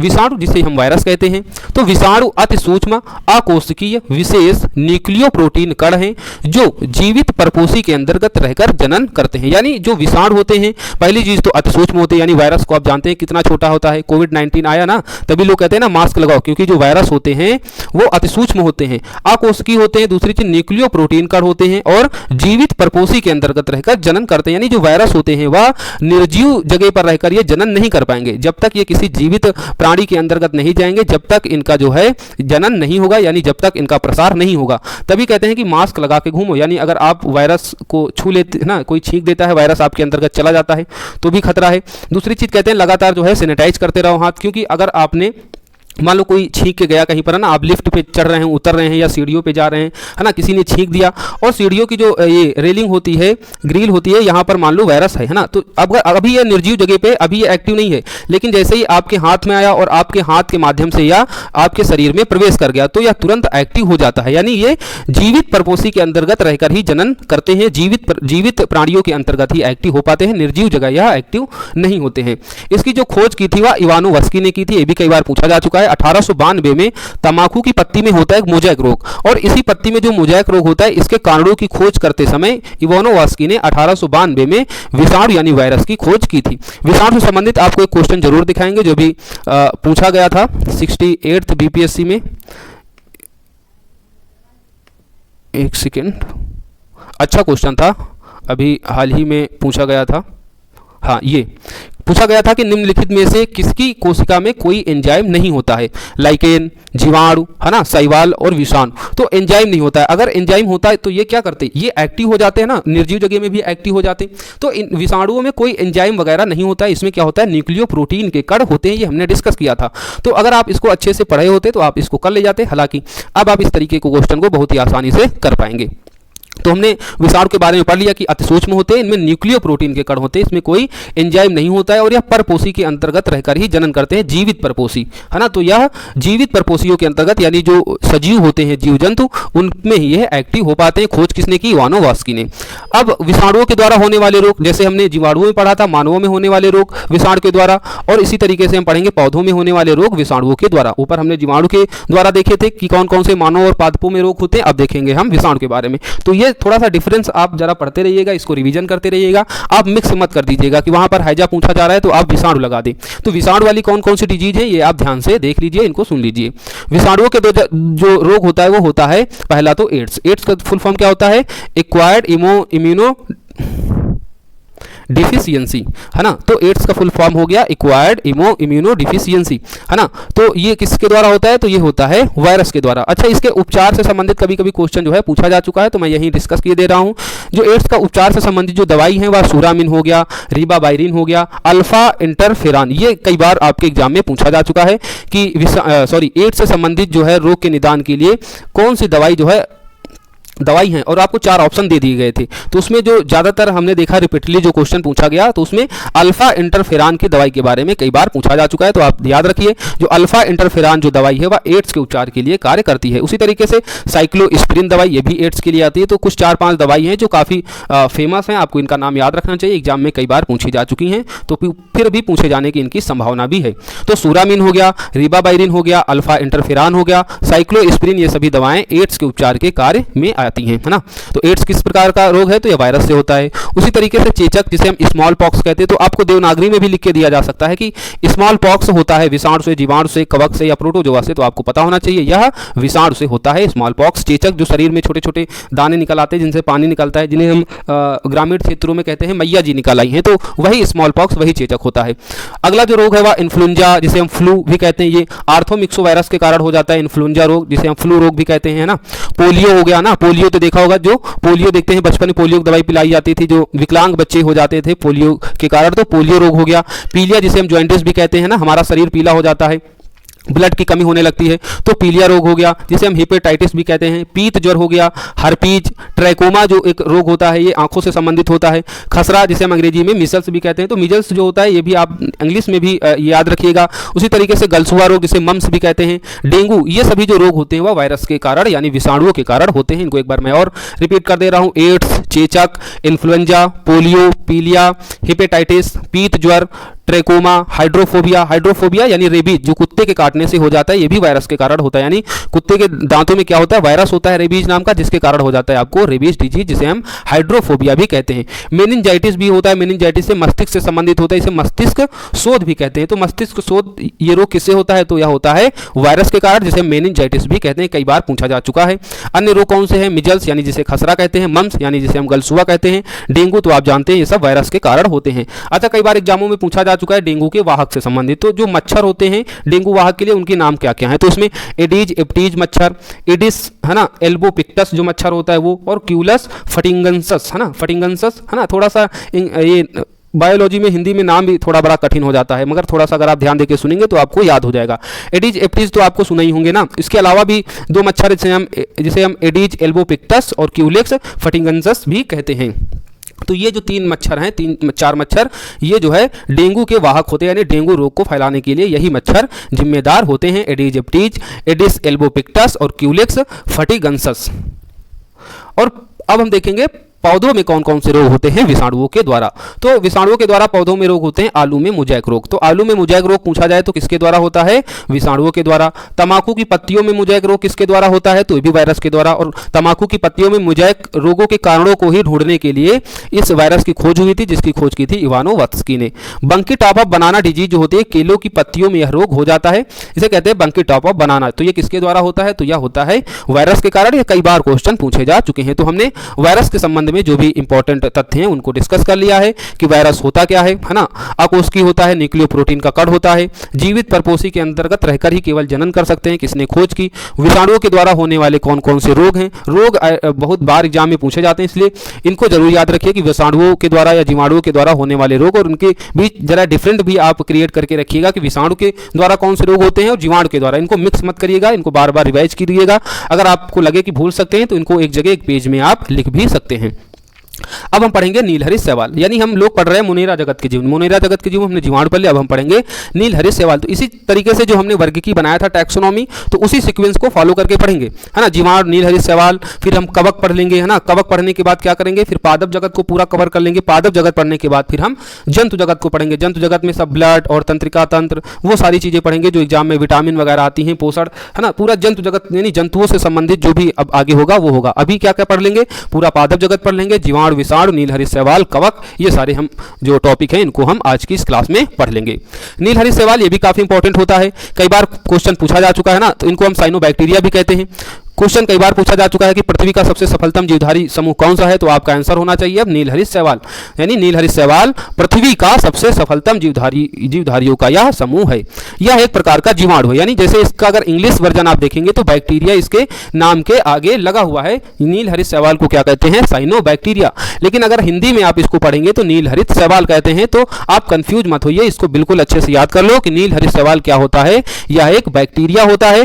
कोशिका भित्त सेलुलोज की बनी होती है, यानी जो यह जीवाणु होता है इसकी कोशिका भित्त किसकी बनी होती है, सेलुलोज की बनी होती है। हमने ऊपर जब जीवाणु पढ़ रहे थे तो उसमें हमने बताया था कुछ जीवाणु क्या होते हैं, स्वपोषी होते हैं, जो सहजीवी संबंध बना के, परजीवी संबंध बना के, मृतोपजीवी या रसायन संश्लेषण के माध्यम से अपना भोजन प्राप्त करते हैं। तो ये जो नीलहरित शैवाल होता है स्वपोषी होता है, सेलुलोज की कोशिका भित्ति बनी होती है ना। ये जो शैवाल होते हैं ये क्या करते हैं, ये कवक के साथ सहजीवी संबंध बना के भोजन अपना प्राप्त करते हैं। तो आगे हम पढ़ेंगे, कवक भी पढ़ेंगे और लाइकेन के बारे में भी पढ़ेंगे। अभी फिलहाल के लिए नीलहरित शैवाल को आप इतना जानिए कि ये जीव जो है वह पृथ्वी का सबसे सफलतम जीवधारी समूह है। दूसरा, ये एक प्रकार का जीवाणु होता है, इसकी कोशिका भित्ति जो होती है, सिलवाल जो होती है वह सेलुलोज की बनी होती है, अर्थात एक प्रकार से कहते हैं या स्वपोषी होता है नीलहरित शैवाल, जो अपना भोजन स्वयं बनाता है। कुछ साइनोबैक्टीरिया नाइट्रोजन स्थिरीकरण में भाग लेते हैं, कई बार पूछा जा चुका है साइनोबैक्टीरिया कौन से नाइट्रोजन स्थिरीकरण में भाग लेते हैं। उदाहरण के लिए नॉस्टॉक, एनाबीना, पता नहीं कितने बार क्वेश्चन पूछा जा चुका है, तो मैं इसको जो है बिल्कुल मोस्ट इंपॉर्टेंट करके याद कर लीजिए कि साइनोबैक्टीरिया नाइट्रोजनी स्थिरीकरण में भाग लेने वाले कौन कौन से हैं, तो नॉस्टॉक, एनाबीना, ये जो साइनोबैक्टीरिया हैं वह नाइट्रोजन स्थिरीकरण में भाग लेते हैं। जैसे हमने वो बैक्टीरिया में पढ़ा था राइजोबियम, वो भी नाइट्रोजन स्थिरीकरण में भाग लेता है। उसी तरीके से जो साइनोबैक्टीरिया है जिसमें नॉस्टॉक, एनाबीना को देखते हैं, ये भी नाइट्रोजन स्थिरीकरण में भाग लेते हैं। तो नीलहरित शैवाल के संबंध में ये तथ्य आप जरूर याद रखें। जो भी तथ्य डिस्कस किए जा रहे हैं वो एग्जाम के पॉइंट ऑफ व्यू से बिल्कुल ही रिलेवेंट है, किसी भी तथ्य को आप इग्नोर नहीं कर सकते हैं, वो सभी तथ्य महत्वपूर्ण हैं। कवक व शैवाल, यानी कवक और शैवाल जो मिलकर जो है लाइकेन का निर्माण करते हैं। तो कवक और शैवाल का संबंध कैसा होता है, इनका संबंध होता है सहपोकारिता का। सहपोकारिता का मतलब जहां दोनों एक दूसरे को लाभ पहुंचाते हैं। यानी कवक क्या करता है, कवक करता है लाइकेन की सुरक्षा और शैवाल क्या करता है, इनको भोजन प्राप्त कराता है। तो कवक और शैवाल का परस्पर संबंध एक सहजीवी संबंध होता है और उस संबंध को क्या कहते हैं, सहपोकारिता का संबंध, जहां दोनों को लाभ पहुंचता है, यानी एक सुरक्षा प्रदान कर रहा है और एक को जो है भोजन प्राप्त हो रहा है, यानी दोनों यहां पर एक दूसरे को लाभ पहुंचा रहे हैं। तो अगर आपसे पूछा जाए कवक और शैवालों के बीच का परस्पर संबंध जो है कैसा होता है, तो आपको देना होगा सहपोकारिता आंसर। और इसको कहते क्या है, इसको हम हेलोटिज्म भी कहते हैं और कहीं कहीं मिटोलिज्म में भी लिखा हुआ आपको मिल जाएगा, तो आपको कंफ्यूज नहीं होना है। ये क्वेश्चन जो है पूछा जा चुका है आपके बीपीएससी एग्जाम में।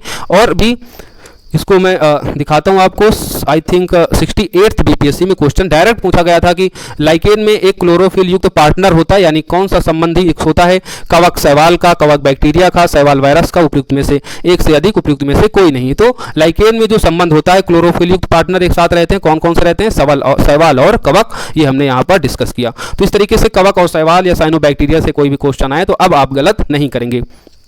लाइकेन जो होता है इसका एक इंपॉर्टेंट फैक्ट ये भी है कि लाइकेन थाइलोफाइटा प्रकार की वनस्पति होती है। थाइलोफाइटा प्रकार की जो भी वनस्पतियां होती हैं वह वायु प्रदूषण संकेतक होती है, यानी वायु प्रदूषण का संकेत वो वनस्पति हमको प्रदान करती हैं, अर्थात जहां पर वायु प्रदूषण होगा वहां पर लाइकेन नहीं उगेंगे।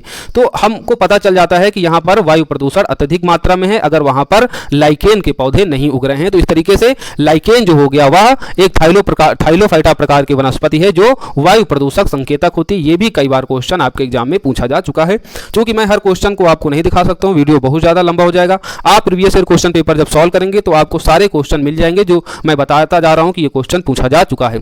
सभी फैक्ट इंपॉर्टेंट है, एक भी फैक्ट को मैं फिर से कह रहा हूँ इग्नोर नहीं करना है। आपके आगामी एग्जाम में कोई भी तथ्य आपसे पूछा जा सकता है, फिर आप ये मत कहना कि हमने पढ़ा नहीं, हमसे ये छूट गया था।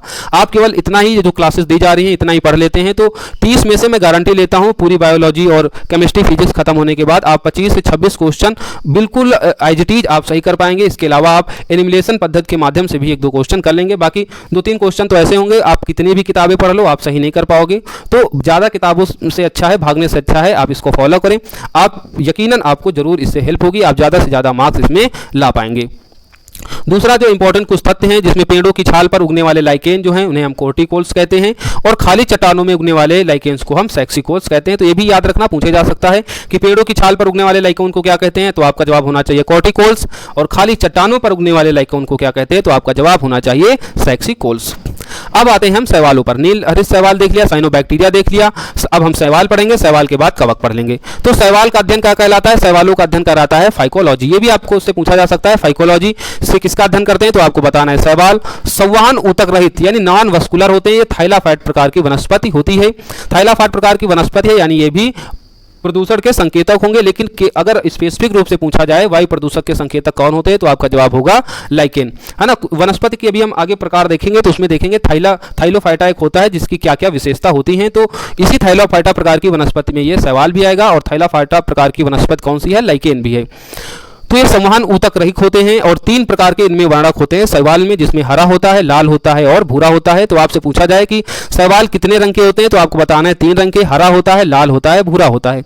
जो हरा शैवाल होता है उसको कहते हैं क्लोरीफाइसी, जो रेड यानी लाल शैवाल होता है उसको कहते हैं रेडोफाइसी, जैसे इसके नाम से पता चल रहा है रेड से रेडोफाइसी। और जो भूरा होता है उसको कहते हैं फियोफाइसी। तो ये भी आपको याद रखना है। शैवालों में कार्बोहाइड्रेट, अकार्बनिक पदार्थ, विटामिन ए, डी और ई आदि जो है ये प्रचुर मात्रा में पाए जाते हैं। तो एग्जाम में इस तरीके का क्वेश्चन पूछ ले कि शैवालों में पाया जाता है कार्बोहाइड्रेट, अकार्बनिक पदार्थ, विटामिन ए, डी, ई, है ना। तो और फिर उपयुक्त में से एक से अधिक, उपयुक्त में से कोई नहीं। तो ये सभी जो है कार्बोहाइड्रेट हो, चाहे अकार्बनिक पदार्थ हो, चाहे विटामिन ए, डी और ई हो, ये सभी जो है प्रचुर मात्रा में पाई जाती हैं शैवालों में। शैवालों की कोशिका भित्ति में सेलुलोज की बनी कोशिकाएं होती हैं। तो इस तरीके से कह सकते हैं शैवाल जो होते हैं वह स्वपोषी होते हैं, क्योंकि सेलुलोज क्या होता है, सेलुलोज मुख्यतः पौधों में पाया जाता है ना। तो जो सेलुलोज की बनी जहां कोशिकाएं होंगी वो जो हैं वो स्वपोषी होंगी। तो शैवाल की कोशिकाओं में क्या होता है, सेलुलोज की बनी कोशिका भित्ति होती है, शैवाल होती है। तो ये सारे तथ्य आपको याद रखना है। अब कुछ शैवाल हैं जिनसे कुछ महत्वपूर्ण पदार्थ प्राप्त होते हैं, कई बार एग्जाम में पूछा जा चुका है। जैसे लाल शैवाल से क्या पदार्थ प्राप्त होता है, तो लाल शैवाल से प्राप्त होता है अगार अगार पदार्थ। उसी प्रकार से सारगासम शैवाल से क्या प्राप्त होता है, तो जापान में जो कृत्रिम ऊन प्राप्त होती है, बनाई जाती है, वो सारगासम शैवाल से बनाई जाती है। सभी तथ्य याद रखने हैं। चूंकि कभी ये तथ्य ऐसे होते हैं जिनमें कुछ समझना नहीं होता है, ये नाम है और ये जानते हैं कि फैक्चुअल पेपर हमारा बीपीएससी में पूछा जाता है, इसलिए ये सारे तथ्य हमको याद ही करना पड़ता है चाहे कुछ भी हो, है ना। उसी तरीके से आगे क्या हो गया, क्लोरेला शैवाल। क्लोरेला शैवाल क्या होता है, इसे हम अंतरिक्ष शैवाल भी कहते हैं। ये following the match the following में कभी कभी पूछा जाता है, 4 इधर शैवाल रख देंगे और इनका जो है क्रम आगे पीछे कर देंगे, अब कहेंगे आप मिलाइए। तो क्लोरेला शैवाल आपको बताना होगा, इसे हम अंतरिक्ष शैवाल कहते हैं। उसी तरीके से माइक्रोसिस्ट शैवाल जो होता है इसे हम दैत्याकार समुद्री घास भी कहते हैं, या फिर सबसे बड़ा शैवाल अगर पूछ लिया जाए तो आप बताएंगे माइक्रोसिस्ट शैवाल, जिसे हम क्या कहते हैं, दैत्याकार समुद्री घास। सारगासम शैवाल से जापान में कृत्रिम ऊन इससे प्राप्त होती है और लाल शैवाल से अगार अगार पदार्थ प्राप्त होता है। क्लोरेला शैवाल को हम अंतरिक्ष शैवाल कहते हैं।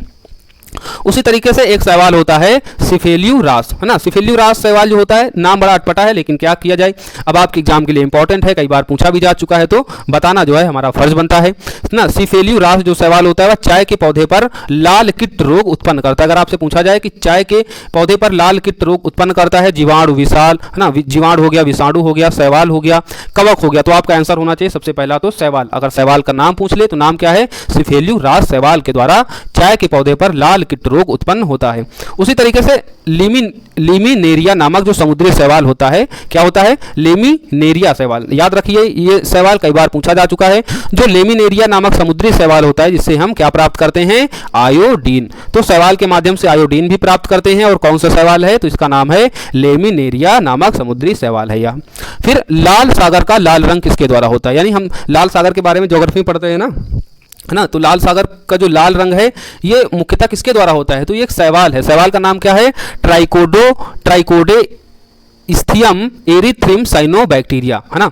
ट्राइकोडेस्थियम एरिथ्रिम साइनोबैक्टीरिया के द्वारा जो है लाल सागर का रंग लाल दिखाई देता है। एक बार नाम इसको और देख लीजिए, ट्राइकोडेस्थियम एरिथ्रिम साइनोबैक्टीरिया के द्वारा लाल सागर का रंग लाल दिखाई देता है। इस तरीके से हमने शैवाल के संदर्भ में जो भी महत्वपूर्ण तथ्य हैं इनको देख लिया। इनका अध्ययन फाइकोलॉजी कहलाता है। संवहन ऊतक रहित होते हैं, यानी जो नॉन वेस्कुलर होंगे वो थाइलोफाइट प्रकार के ही होंगे। तो नॉन वेस्कुलर होते हैं या थाइलोफाइट प्रकार के वनस्पति के अंतर्गत ये आते हैं शैवाल। 3 प्रकार के रंग होते हैं, हरा, लाल, भूरा। कार्बोहाइड्रेट, कार्बोनिक पदार्थ और विटामिन ए डी की इनमें प्रचुर मात्रा होती है। शैवालों की जो सेल होते हैं वो सेल वाल की बनी होती है, यानी कोशिक सेलुलोज की बनी कोशिका भी इनमें पाई जाती है। उसके बाद हमने डिफरेंट शैवाल देखे जिनसे क्या क्या प्राप्त होता है, जैसे लाल शैवाल से अगार अगार पदार्थ, सार्गासम शैवाल से जापान में कृत्रिम ऊन, क्लोरेला शैवाल से हम अंतरिक्ष शैवाल जिसे कहते हैं, और माइक्रोसिस्ट शैवाल को हम दैत्याकार समुद्री घास या सबसे बड़ा शैवाल यही होता है ना। सिफेल्यूरास शैवाल जो चाय की पत्ती पर लाल कीट रोग उत्पन्न करता है। लेमिनेरिया नामक समुद्री शैवाल जिसे आयोडीन प्राप्त करते हैं। लाल सागर का लाल रंग ट्राइकोडोस्थियम एरिथ्रिम साइनोबैक्टीरिया के कारण होता है। शैवाल पढ़ लिया, अब हम पढ़ेंगे कवक। यकीन मानिए अगर आप वीडियो में अभी बने हुए हैं तो आपका सिलेक्शन तय है। कवक का अध्ययन किसके द्वारा किया जाता है? माइकोलॉजी, है ना। अगर आपसे पूछा जाए कवक का अध्ययन क्या कहलाता है तो आप बताएंगे माइकोलॉजी।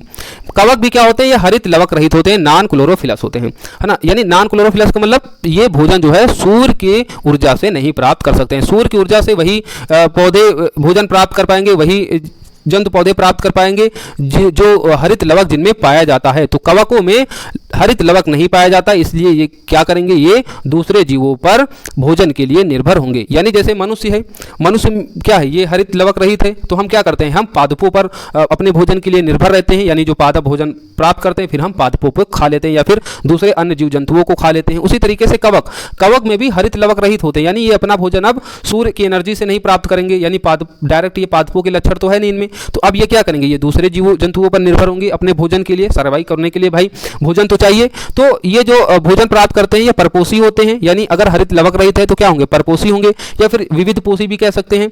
इंग्लिश में इसको कह देंगे हेटेरोट्रोफिक, है ना। कभी कभी इंग्लिश में भी पूछा, डायरेक्ट देवनागरी लिपि में दिया जा सकता है कवक होते हैं, और कई ऑप्शन होंगे, उनमें एक ऑप्शन आपको होगा हेटेरोट्रोफिक, है ना। जब हेटेरोट्रोफिक मिल जाए तो इसका मतलब यही ऑप्शन आपका सही है। तो हेटेरोट्रोफिक यानी परपोषी या विविध पोषी होते हैं। तो किस किस माध्यम से कवक जो है अपना भोजन प्राप्त करते हैं? तो जैसे हो गया सहजीवी, परजीवी संबंध बना के, या मृतोपजीवी। जैसे हमने बैक्टीरिया को देखा था ना, जीवाणु, वो भी परपोषी विविध पोषी होते थे। सहजीवी संबंध जैसे राइजोबियम को देखा था सहजीवी संबंध बना के, है ना। मृतोपजीवी को देखा था जो दही से दूध बनाने में लैक्टोबैसिलस, है ना। तो मृतोपजीवी उसी तरीके से हम उसमें देखा था बैक्टीरिया में माइकोप्लाज्मा जो परजीवी संबंध बना के जो बैक्टीरिया भोजन प्राप्त करते थे। उसी तरीके से ये कवक भी अपना भोजन प्राप्त करते हैं। और कवक जो होते हैं ये भी नॉन वैस्कुलर थाइलोफाइटा प्रकार की वनस्पति है। तो कवक भी नॉन वैस्कुलर होते हैं ना, संवहन ऊतक रहित, चाहे शैवाल हो वो भी संवहन ऊतक रहित होते हैं। और कवक, है ना, कवकों के बारे में देख लिया, ये नॉन वैस्कुलर होते हैं। और उसी तरीके से एक लाइकेन पढ़ा था, लाइकेन भी क्या होते हैं? वो भी थाइलोफाइटा प्रकार की वनस्पति है, नॉन वैस्कुलर यानी संवहन ऊतक रहित होती हैं। अभी हम वनस्पतियों के आगे जो प्रकार पढ़ेंगे तो और भी ये चीज क्लियर हो जाएगी।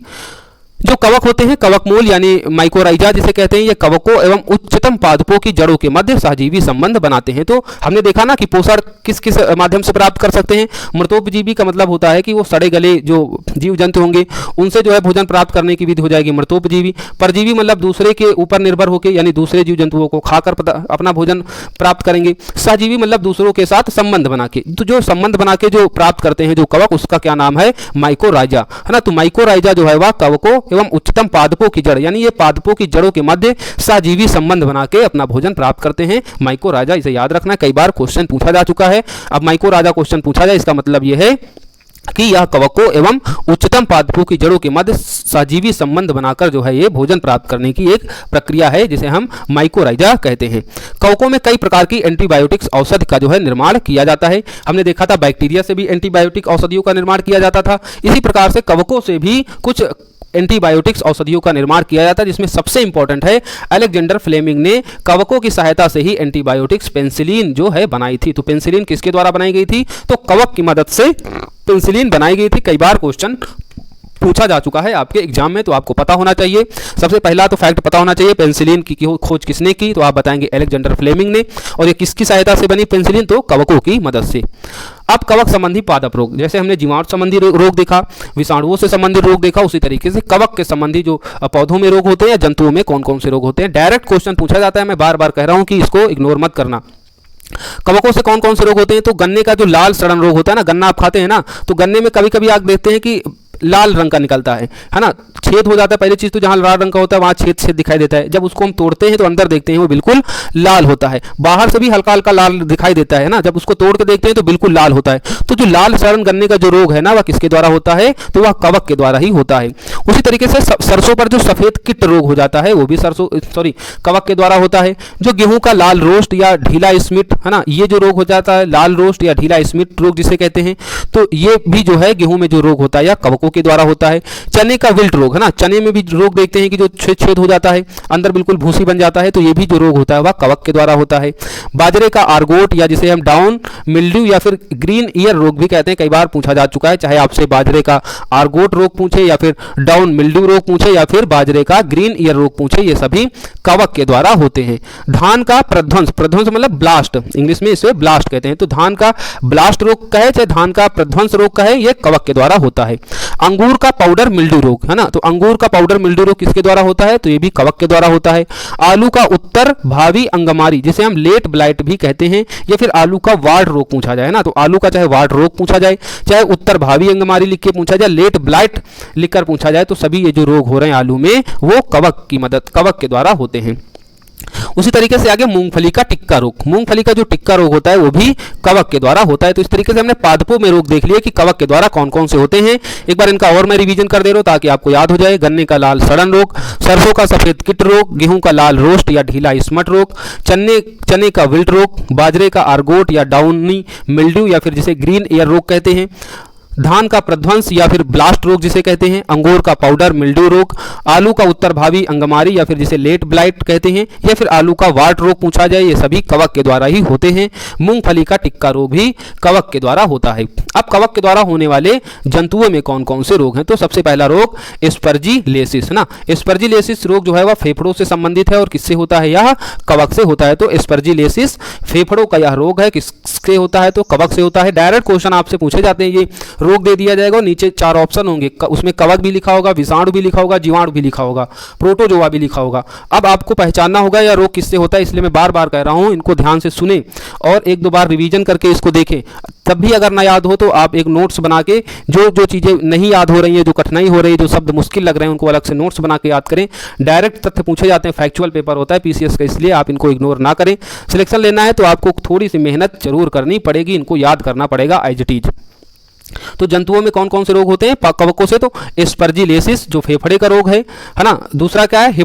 हिप्टाज मेसिट है ना, हिप्टाज मेसिट जो रोग है। इस तरीके से कठिन कठिन नाम भी दिए जाते हैं, आप रोग का कभी नाम भी नहीं सुने होंगे लेकिन आपको एग्जाम में दिया होगा, आपको करना होगा है ना। बाकी दमा जिसे अस्थमा भी कहते हैं, ये भी कवक के द्वारा होता है। डायरेक्ट पूछ लिया जाए अस्थमा होता है, आपको लगेगा अस्थमा के द्वारा क्या है? सांस लेने में दिक्कत होती है, कहीं ना कहीं किससे जुड़ा होगा? फेफड़ों से जुड़ा होगा। और फेफड़ों के रोग ज़्यादातर हमने निमोनिया वगैरह देखी थी तो वो जीवाणु से रिलेटेड है। तो इस तरीके से आप एनालिसिस करके गलत ऑप्शन तक भी पहुंच सकते हैं, लेकिन अगर आप ये फैक्चुअल डाटा है, अगर आपको याद होगा, पता होगा, अब फिलहाल आप सही लगाएंगे है ना। तो दमा किसके द्वारा होता है? जिसे अस्थमा कहते हैं, ये होता है कवकों के द्वारा। दांत खाज जो गंजापन होता है, ये सभी जो रोग होते हैं वह कवक के द्वारा होते हैं ना। आदमी जो टकला हो जाता है, गंजापन है ना, खुजली हो जाती है, सब किसके द्वारा होता है? तो यह होता है कवकों के द्वारा ही होता है। तो इस तरीके से हमने कवक संबंधी रोग देख लिए और कवक से संबंधित जो भी महत्वपूर्ण तथ्य हैं। थाइलोफाइटा प्रकार का ये वनस्पति है, नॉन वास्कुलर यानी संवहन ऊतक रहित होता है। हरित लवक रहित होते हैं, यानी ये जो भोजन प्राप्त करते हैं स्वयं नहीं करते हैं, ये दूसरे पर आश्रित होते हैं। चाहे वो सहजीवी संबंध बना के, हमने माइकोरॉजा को देखा, परजीवी यानी दूसरे पर आश्रित होके। अब जो कवक होते हैं ये हमारे, जैसे अब मान के चलो हमको गंजापन हो गया ना, तो ये हमारे सर के ऊपर हो गए कवक, है ना, जिसे रूसी ऊसी कह देते हैं। तो हमारे शरीर से ही तो भोजन प्राप्त कर रहे हैं। तो इस तरीके से क्या हो गया, परजीवी हो गए। मृतोपजीवी जो सड़े गले पदार्थ होते हैं उनसे जब भोजन प्राप्त करते हैं तो मृतोपजीवी संबंध स्थापित करके, तो ये सभी भोजन प्राप्त करने के तरीके हैं जो अपना भोजन नहीं बना पाते हैं। बाकी कवकों का अध्ययन क्या कहलाता है, तो माइकोलॉजी कहलाता है। कवकों से एंटीबायोटिक्स औषधियां बनाई जाती हैं। जैसे अलेक्जेंडर फ्लेमिंग ने कौन सी औषध बनाई, तो पेनिसिलिन नामक औषध इन्होंने बनाया था कवकों की सहायता से।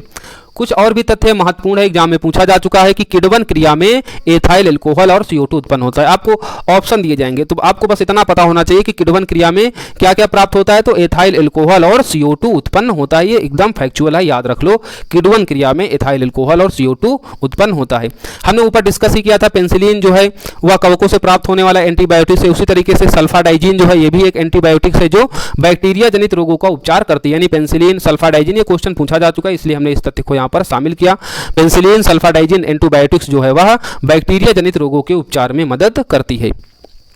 कुछ अन्य इंपॉर्टेंट फैक्ट हैं, यानी हमने सभी रोग तो यहाँ से देख लिए, है ना, विषाणु संबंधी भी देख लिया, कवक संबंधी रोग भी देख लिया, जीवाणुओं से कौन कौन से रोग होते हैं, तो सभी रोग देख लिए। तो अब हम लगा हाथ यहाँ पर क्या करेंगे, प्रोटोजोआ से होने वाले रोग और अनुवांशिक रोग कौन कौन से हैं ये भी पढ़ लेते हैं, ताकि एक ही जगह जो है कंसाइज वे में आपको ये सारी चीज़ें मिल जाएं। तो प्रोटोजोआ से होने वाले रोग कौन कौन से हैं, तो जैसे निद्रा रोग, जिसे हम स्लीपिंग सिकनेस कहते हैं, यानी जब देखो तब सो ही रहे हैं, तो ये भी एक रोग है। बहुत ज़्यादा सोना भी एक रोग है, और किसके द्वारा ये होता है, ये प्रोटोजोआ के द्वारा होता है। और ये किसके द्वारा फैलता है, तो जो एक सीसी मक्खी होती है उसके द्वारा जो है निद्रा रोग या स्लीपिंग सिकनेस जिसे कहते हैं वो फैलता है। उसी तरीके से पेचिस, है ना, पेचिस जो रोग होता है जिसमें लूज मोशन हो जाता है, ये भी किसके द्वारा होता है, ये प्रोटोजोआ से होता है। उसी तरीके से मलेरिया, हम जानते हैं मच्छर जो फैला देते हैं, तो मलेरिया पूछा जाए तो आपको बिल्कुल याद रखना है मलेरिया किसके द्वारा होता है, तो प्रोटोजोआ से होने वाला यह रोग है, इस तथ्य को भूलना नहीं। वही डेंगू किससे होता है, तो डेंगू होता है वायरस के कारण और मलेरिया होता है प्रोटोजोआ से। तो मलेरिया के वाहक कौन कौन से हमने वहां देखा था, डेंगू से कौन कौन से वाहक हैं। अब देख लेते हैं, मलेरिया के भी वाहक जो होते हैं मच्छर होते हैं डेंगू की तरह, लेकिन इनके नाम अलग है। तो मलेरिया कौन फैलाते हैं मच्छर, तो उनके नाम है प्लाज्मोडियम या फिर मादा एनफिलीज। तो मादा एनफिलीज जो होती है वह मलेरिया को फैलाती हैं, और प्लाज्मोडियम नामक मच्छर भी जो है यह मलेरिया को फैलाते हैं। तो ये दोनों नाम भी आपको याद रखना है, प्लाज्मोडियम और मादा एनफिलीज। और वहां क्या था, डेंगू में एडीज एप्टीज मच्छर था जो डेंगू फैलाते थे, और वो वायरस के कारण होता है, मलेरिया प्रोटोजोआ के कारण। तो ये बिल्कुल डिफरेंशिएशन याद रखना।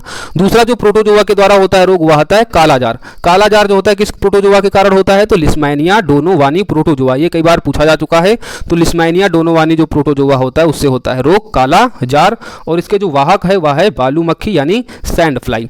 तो सैंड फ्लाई क्या कौन सा रोग फैलाती हैं, तो कालाजार, और ये किससे होता है, तो लिस्मानिया डोनोवानी प्रोटोजोआ से, है ना। डिफरेंट याद रखना, बालू मक्खी फैला रही है कालाजार और सीसी मक्खी फैला रही हैं स्लीपिंग सिकनेस यानी निद्रा रोग, और मादा एनफिलीज मच्छर क्या फैला रहे हैं, मलेरिया। और ये सभी रोग किससे हो रहे हैं, प्रोटोजोआ से संबंधित ये रोग हैं, निद्रा रोग, पेचिस, मलेरिया, कालाजार और अंत में पैरिया। पैरिया कहाँ होता है, तो ये दांतों में हो जाता है, दांतों से ब्लड आने लगता है ना। तो ये भी रोग जो है वह प्रोटोजोआ से होने वाला रोग है। और पैरिया के लिए क्या करते हैं हम, विटामिन सी का ज़्यादा से ज़्यादा सेवन करते हैं। तो ये चीज़ आपको याद रखनी है, सारे रोग जो प्रोटोजोआ से हो रहे हैं। अब कुछ वंशानुगत रोग, यानी जो पीढ़ी दर पीढ़ी होते हैं, जो डीएनए में मौजूद होते हैं, यानी इन रोगों का कोई वाहक नहीं, रोगों का वाहक कौन है, हमारी पीढ़ी, हमारे माता पिता होते हैं। जैसे इसमें सबसे पहला है वर्णांधता, और वर्णांधता को हम डाल्टोनिज्म भी कहते हैं। डायरेक्ट पूछा जाता है क्वेश्चन। अब आपको वर्णांधता तो पता है लेकिन डाल्टोनिज्म नहीं पता है, तो इंग्लिश वर्जन कुछ डिजीजों का आपको जरूर याद रखना है, जो मैं खासकर बताते चल रहा हूँ, क्योंकि कई बार डाल्टोनिज्म पूछा जा चुका है और जो हिंदी मीडियम के बच्चे हैं उन्होंने क्वेश्चन गलत किया या तो छोड़ दिया। उनको पता है कि वर्णांधता क्या होता था, लेकिन उनको डाल्टोनिज्म नहीं पता था। तो आपको पता होना चाहिए डाल्टोनिज्म जो ही है उसे ही रंग वर्णता या हम वर्णांधता रोग कहते हैं। और इसमें क्या होता है, ये मुख्यतः पुरुष रोग से प्रभावित होते हैं, क्योंकि स्त्रियां केवल वाहक का कार्य करती हैं, यानी स्त्रियां केवल इस रोग को एक पीढ़ी से दूसरे पीढ़ी में फैलाती हैं। और इससे प्रभावित कौन होते हैं, तो इससे प्रभावित होते हैं केवल मेल। रंग वर्णांधता में क्या होता है, इसमें कलर ब्लाइंडनेस भी से कहते हैं, यानी कलरों को जो है ये पहचान नहीं पाते हैं। और ये रोग जब होता है तो रेलवे में जो है आपको जॉब नहीं मिलती है, खासकर जो सिग्नल वाली होती है, क्योंकि वहां पर लाल हरे रंग को देख के ये सारी चीजें होती हैं, तो ये रंगों का पहचान नहीं कर पाते हैं। सही से, यानी हरे को कहो लाल बता दे, लाल को हरा बता दे, दूसरे अन्य रंग को कुछ और रंग ही बता दे, तो जिसे हम डाल्टोनिज्म, है ना, कलर ब्लाइंडनेस, रंग वर्णअंधता, ये जो रोग हैं ये मुख्यतः इससे पुरुष प्रभावित होते हैं। उनके वाहक कौन होती हैं? तो स्त्रियां होती हैं। उसी तरीके से अन्य रोग है हीमोफीलिया, जिसे हम रक्तस्रावन रोग कहते हैं या फिर हम ब्लीडर्स डिजीज भी कहते हैं। तो हीमोफीलिया की जो भी वाहक होती हैं वह स्त्रियां इनके वाहक का कार्य करती हैं, यानी एक पीढ़ी से दूसरी पीढ़ी तक इन रोगों को कौन लेके जाती हैं? तो स्त्रियां ही इनको लेके जाती हैं, यानी फीमेल इनका वाहक होती हैं इन डिजीजों को। पहला हमने देखा वर्णांधता यानी डाल्टोनिज्म, दूसरा हीमोफीलिया यानी रक्तस्रावन रोग, इन दोनों का वाहक कौन है? तो फीमेल है। नेक्स्ट डाउन सिंड्रोम या जिसे हम कहते हैं मंगोलिज्म, है ना। मंगोलिज्म आपने मंगोलिया देखा होगा, जहाँ के लोग क्या होते हैं? छोटे छोटे होते हैं। तो उसी तरीके से उस नाम से भी ये मिलता जुलता है ना, ये नाम का एक कारण भी है क्योंकि मंगोलिया के लोग भी क्या होते हैं? छोटे होते हैं कद में। तो डाउन सिंड्रोम और मंगोलिज्म जब डिजीज हो जाता है तो अर्धसूत्री विभाजन में अनियमितता आ जाती है। तो अर्धसूत्री विभाजन में जब अनियमितता आ जाएगी तो या तो इनका कद बहुत छोटा हो जाएगा या कोई अंग जो है प्रभावित हो जाएगा। आप देखते हैं किसी किसी की आंखें जो है बहुत बड़ी हो जाती हैं, किसी की खोपड़ी जो है बहुत बड़ी दिखती है। तो इस तरीके का जब कोई रोग होता है उसे कहते हैं डाउन सिंड्रोम या मंगोलिज्म। और ये कैसे होता है? तो अर्धसूत्री जो विभाजन होता है उसमें अनियमितता के कारण यह रोग हो जाता है। नेक्स्ट क्लीनेफेल्टर सिंड्रोम ना। क्लीनेफेल्टर सिंड्रोम में क्या होता है? गुणसूत्रों की संख्या सामान्य से अधिक यानी 47 हो जाती है। आप जानते हैं कि मानव में कितने जोड़ी गुणसूत्र होते हैं? तो 23 जोड़ी गुणसूत्र, यानी अगर सिंगल गुणसूत्रों की बात करें तो हो जाते हैं 46। जब रोग हो जाता है क्लीनेफेल्टर सिंड्रोम तो जो 46 गुणसूत्र होते हैं ये गुणसूत्र बढ़कर कितने हो जाते हैं? 47 हो जाते हैं, यानी सामान्य गुणसूत्र से अधिक गुणसूत्र हो जाते हैं तो हो जाता है आपको क्लीनेफेल्टर सिंड्रोम।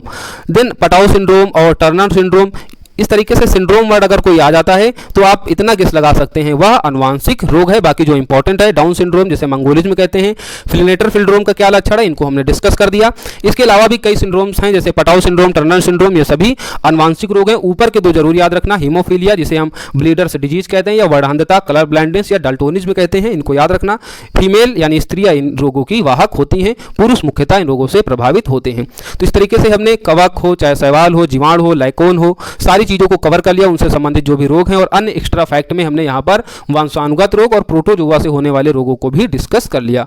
अब हम पढ़ेंगे पादप जगत और पादप जगत को पूरा खत्म कर देंगे, यानी मोनेरा जगत खत्म हो जाएगा, पादप जगत खत्म हो जाएगा, कवक जगत भी कवर कर लिया, कवकों को पढ़ लिया। इसके बाद केवल बचेगा जंतु जगत। जंतु जगत ही इंपॉर्टेंट है और उससे बहुत सारे क्वेश्चन आते हैं, इसलिए इसका दूसरा पार्ट भी महत्वपूर्ण हो जाएगा। अगर 15-16 क्वेश्चन पूछे जाते हैं तो आज की इस वीडियो से आपको 6 से 7 क्वेश्चन मिल जाएंगे, बाकी 8 से 9 क्वेश्चन आने वाले वीडियो से आपको मिल जाएंगे। जो जंतु जगत होगा जहां पर ब्लड वगैरह अन्य जो तंत्रिका तंत्र होती हैं उनसे संबंधित जो भी क्वेश्चन होंगे वो सब आगे की वीडियो में डिस्कस किए जाएंगे। पादप जगत को हम 3 भागों में बांटते हैं, जिसमें थाइलोफोटा, अभी आप पीछे पढ़ रहे थे ना, थाइलोफाइटा, कवक, शैवाल सब आ रहे थे, तो पादप जगत का एक यह पार्ट है। तो पादप जगत को हम 3 पार्ट में बांटते हैं, जिसमें पहला है थाइलोफाइटा, दूसरा है ब्रायोफाइटा और तीसरा है ट्रैकियोफाइटा। थाइलोफाइटा में क्या होता है कि जड़, तने व पत्तियों में विभाजन इनमें नहीं होता, यानी संवहन ऊतक नहीं होता है। ऊपर पढ़ रहे थे नॉन वस्कुलर, जिसमें क्या क्या उदाहरण है इसके? शैवाल, कवक, शैवाल को क्या कहते हैं अंग्रेजी में? एल्गी कहते हैं, कवकों को कहते हैं फंगाई, जीवाणु, लाइकेन। ऊपर से पढ़ रहे थे तो हम कह रहे थे कि ये थाइलोफाइटा वनस्पति प्रकार का ये है ना।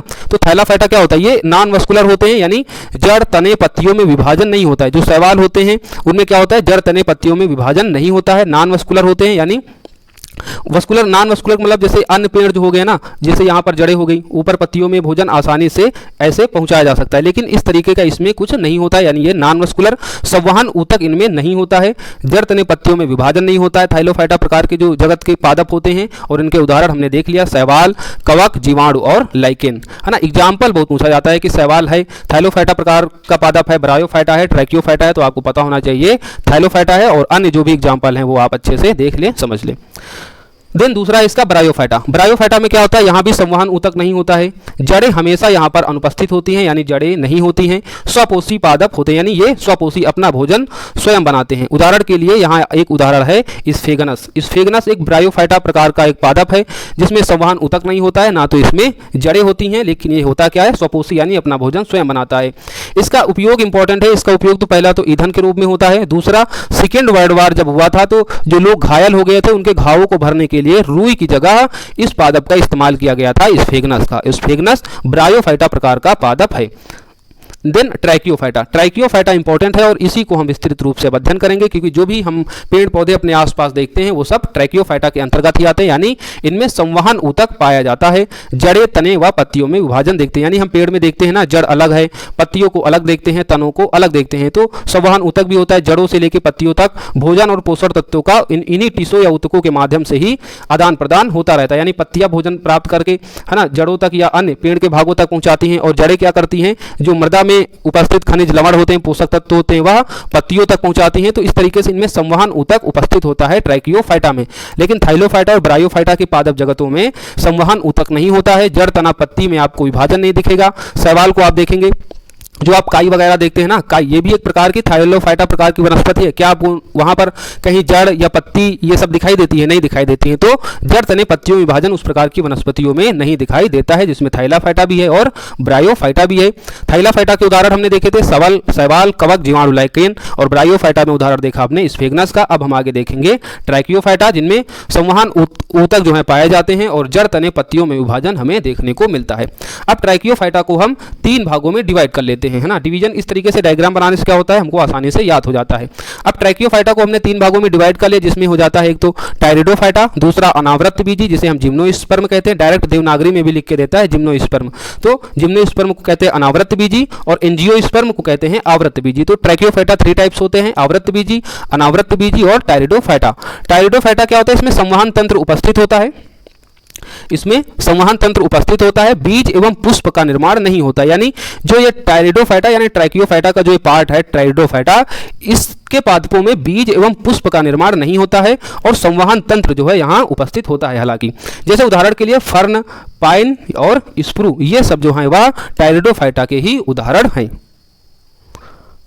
इस तरह हमने टायरिडोफाइटा में देख लिया कि ये बीज एवं पुष्प का निर्माण नहीं होता है, और उदाहरण के लिए फर्न। तो आपसे डायरेक्ट पूछा जा सकता है कि फर्न है ना, तो ट्रैकियोफाइटा प्रकार की वनस्पति है, थाइलोफाइटा है या ब्रायोफाइटा। तो आपसे पहला पता होना चाहिए ट्राइकोफाइटा है, और ट्राइटोफाइटा के टाइप में कौन सा है, तो टायरिडोफाइटा प्रकार का यह पादप है फर्न। अब आगे हम पढ़ेंगे अनावृत बीजी और आवृत बीजी। अच्छा, आवृत बीजी को भी 2 भाग में डिवाइड कर दिया गया है, एक बीजपत्री और द्विबीजपत्री, इसको भी आगे हम पढ़ेंगे। अब सबसे पहले देखते हैं अनावृत बीजी।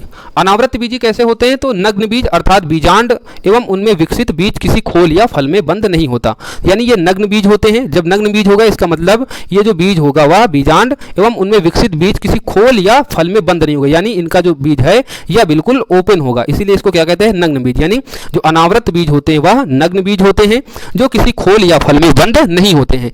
इनमें अंडाशय का पूर्ण अभाव होता है। अब कुछ अनावृत बीजियों के लक्षण हैं यानी विशेषताएं हैं। सबसे पहला तो जो अनावृत बीजी होते हैं पौधे वह बहुवर्षीय पौधे होते हैं, है ना। दूसरा मरोद्भिद पौधे स्वभाव होते हैं, यानी ये आपके रेगिस्तान में मिलने वाले जो पौधे होते हैं वह मुख्यतः अनावृत बीजी होते हैं। वायु के द्वारा परागण होता है, यानी हवा के द्वारा परागण होता है। अभी हम देखेंगे परागण, आपके एग्जाम में परागण की डिफिनेशन भी पूछी जा चुकी है, जिसको हम आगे पढ़ेंगे। वायु के द्वारा परागण होता है और संवहन ऊतक उसमें उपस्थित होता है। तो संवहन ऊतक तो सभी ट्रैकियोफाइटा में उपस्थित होगा, तो अनावृत बीजी जो पौधे होंगे वहां भी संवहन ऊतक उपस्थित होगा। तो इस तरीके से हमने कुछ इसके लक्षण देख लिए। अब कुछ उदाहरण हैं जो हम अनावृत बीजी में देखते हैं, यानी ये अनावृत बीजी के पादप हैं और इनके कुछ इंपॉर्टेंट तथ्य हैं जो हम अब डिस्कस कर लेते हैं। पहला तो साइकस। साइकस को क्या कहते हैं, या जीवित जीवाश्म भी इसे कहा जाता है। और जो साबूदाना आपको मिलता है ना, तो वो मिलता है साइकस नामक पादप से, और ये साइकस नामक पादप है अनावृत बीजी पादप, है ना। साबूदाना जिसे हम सागो भी कहते हैं, या तनों से मंड निकलता है, यानी तने जो होते हैं साइकस के यहाँ से मंड निकलता है और वही मंड जो है साबूदाना के रूप में हम खाते हैं। दूसरा है अनावृत बीजी पादप पाइनस।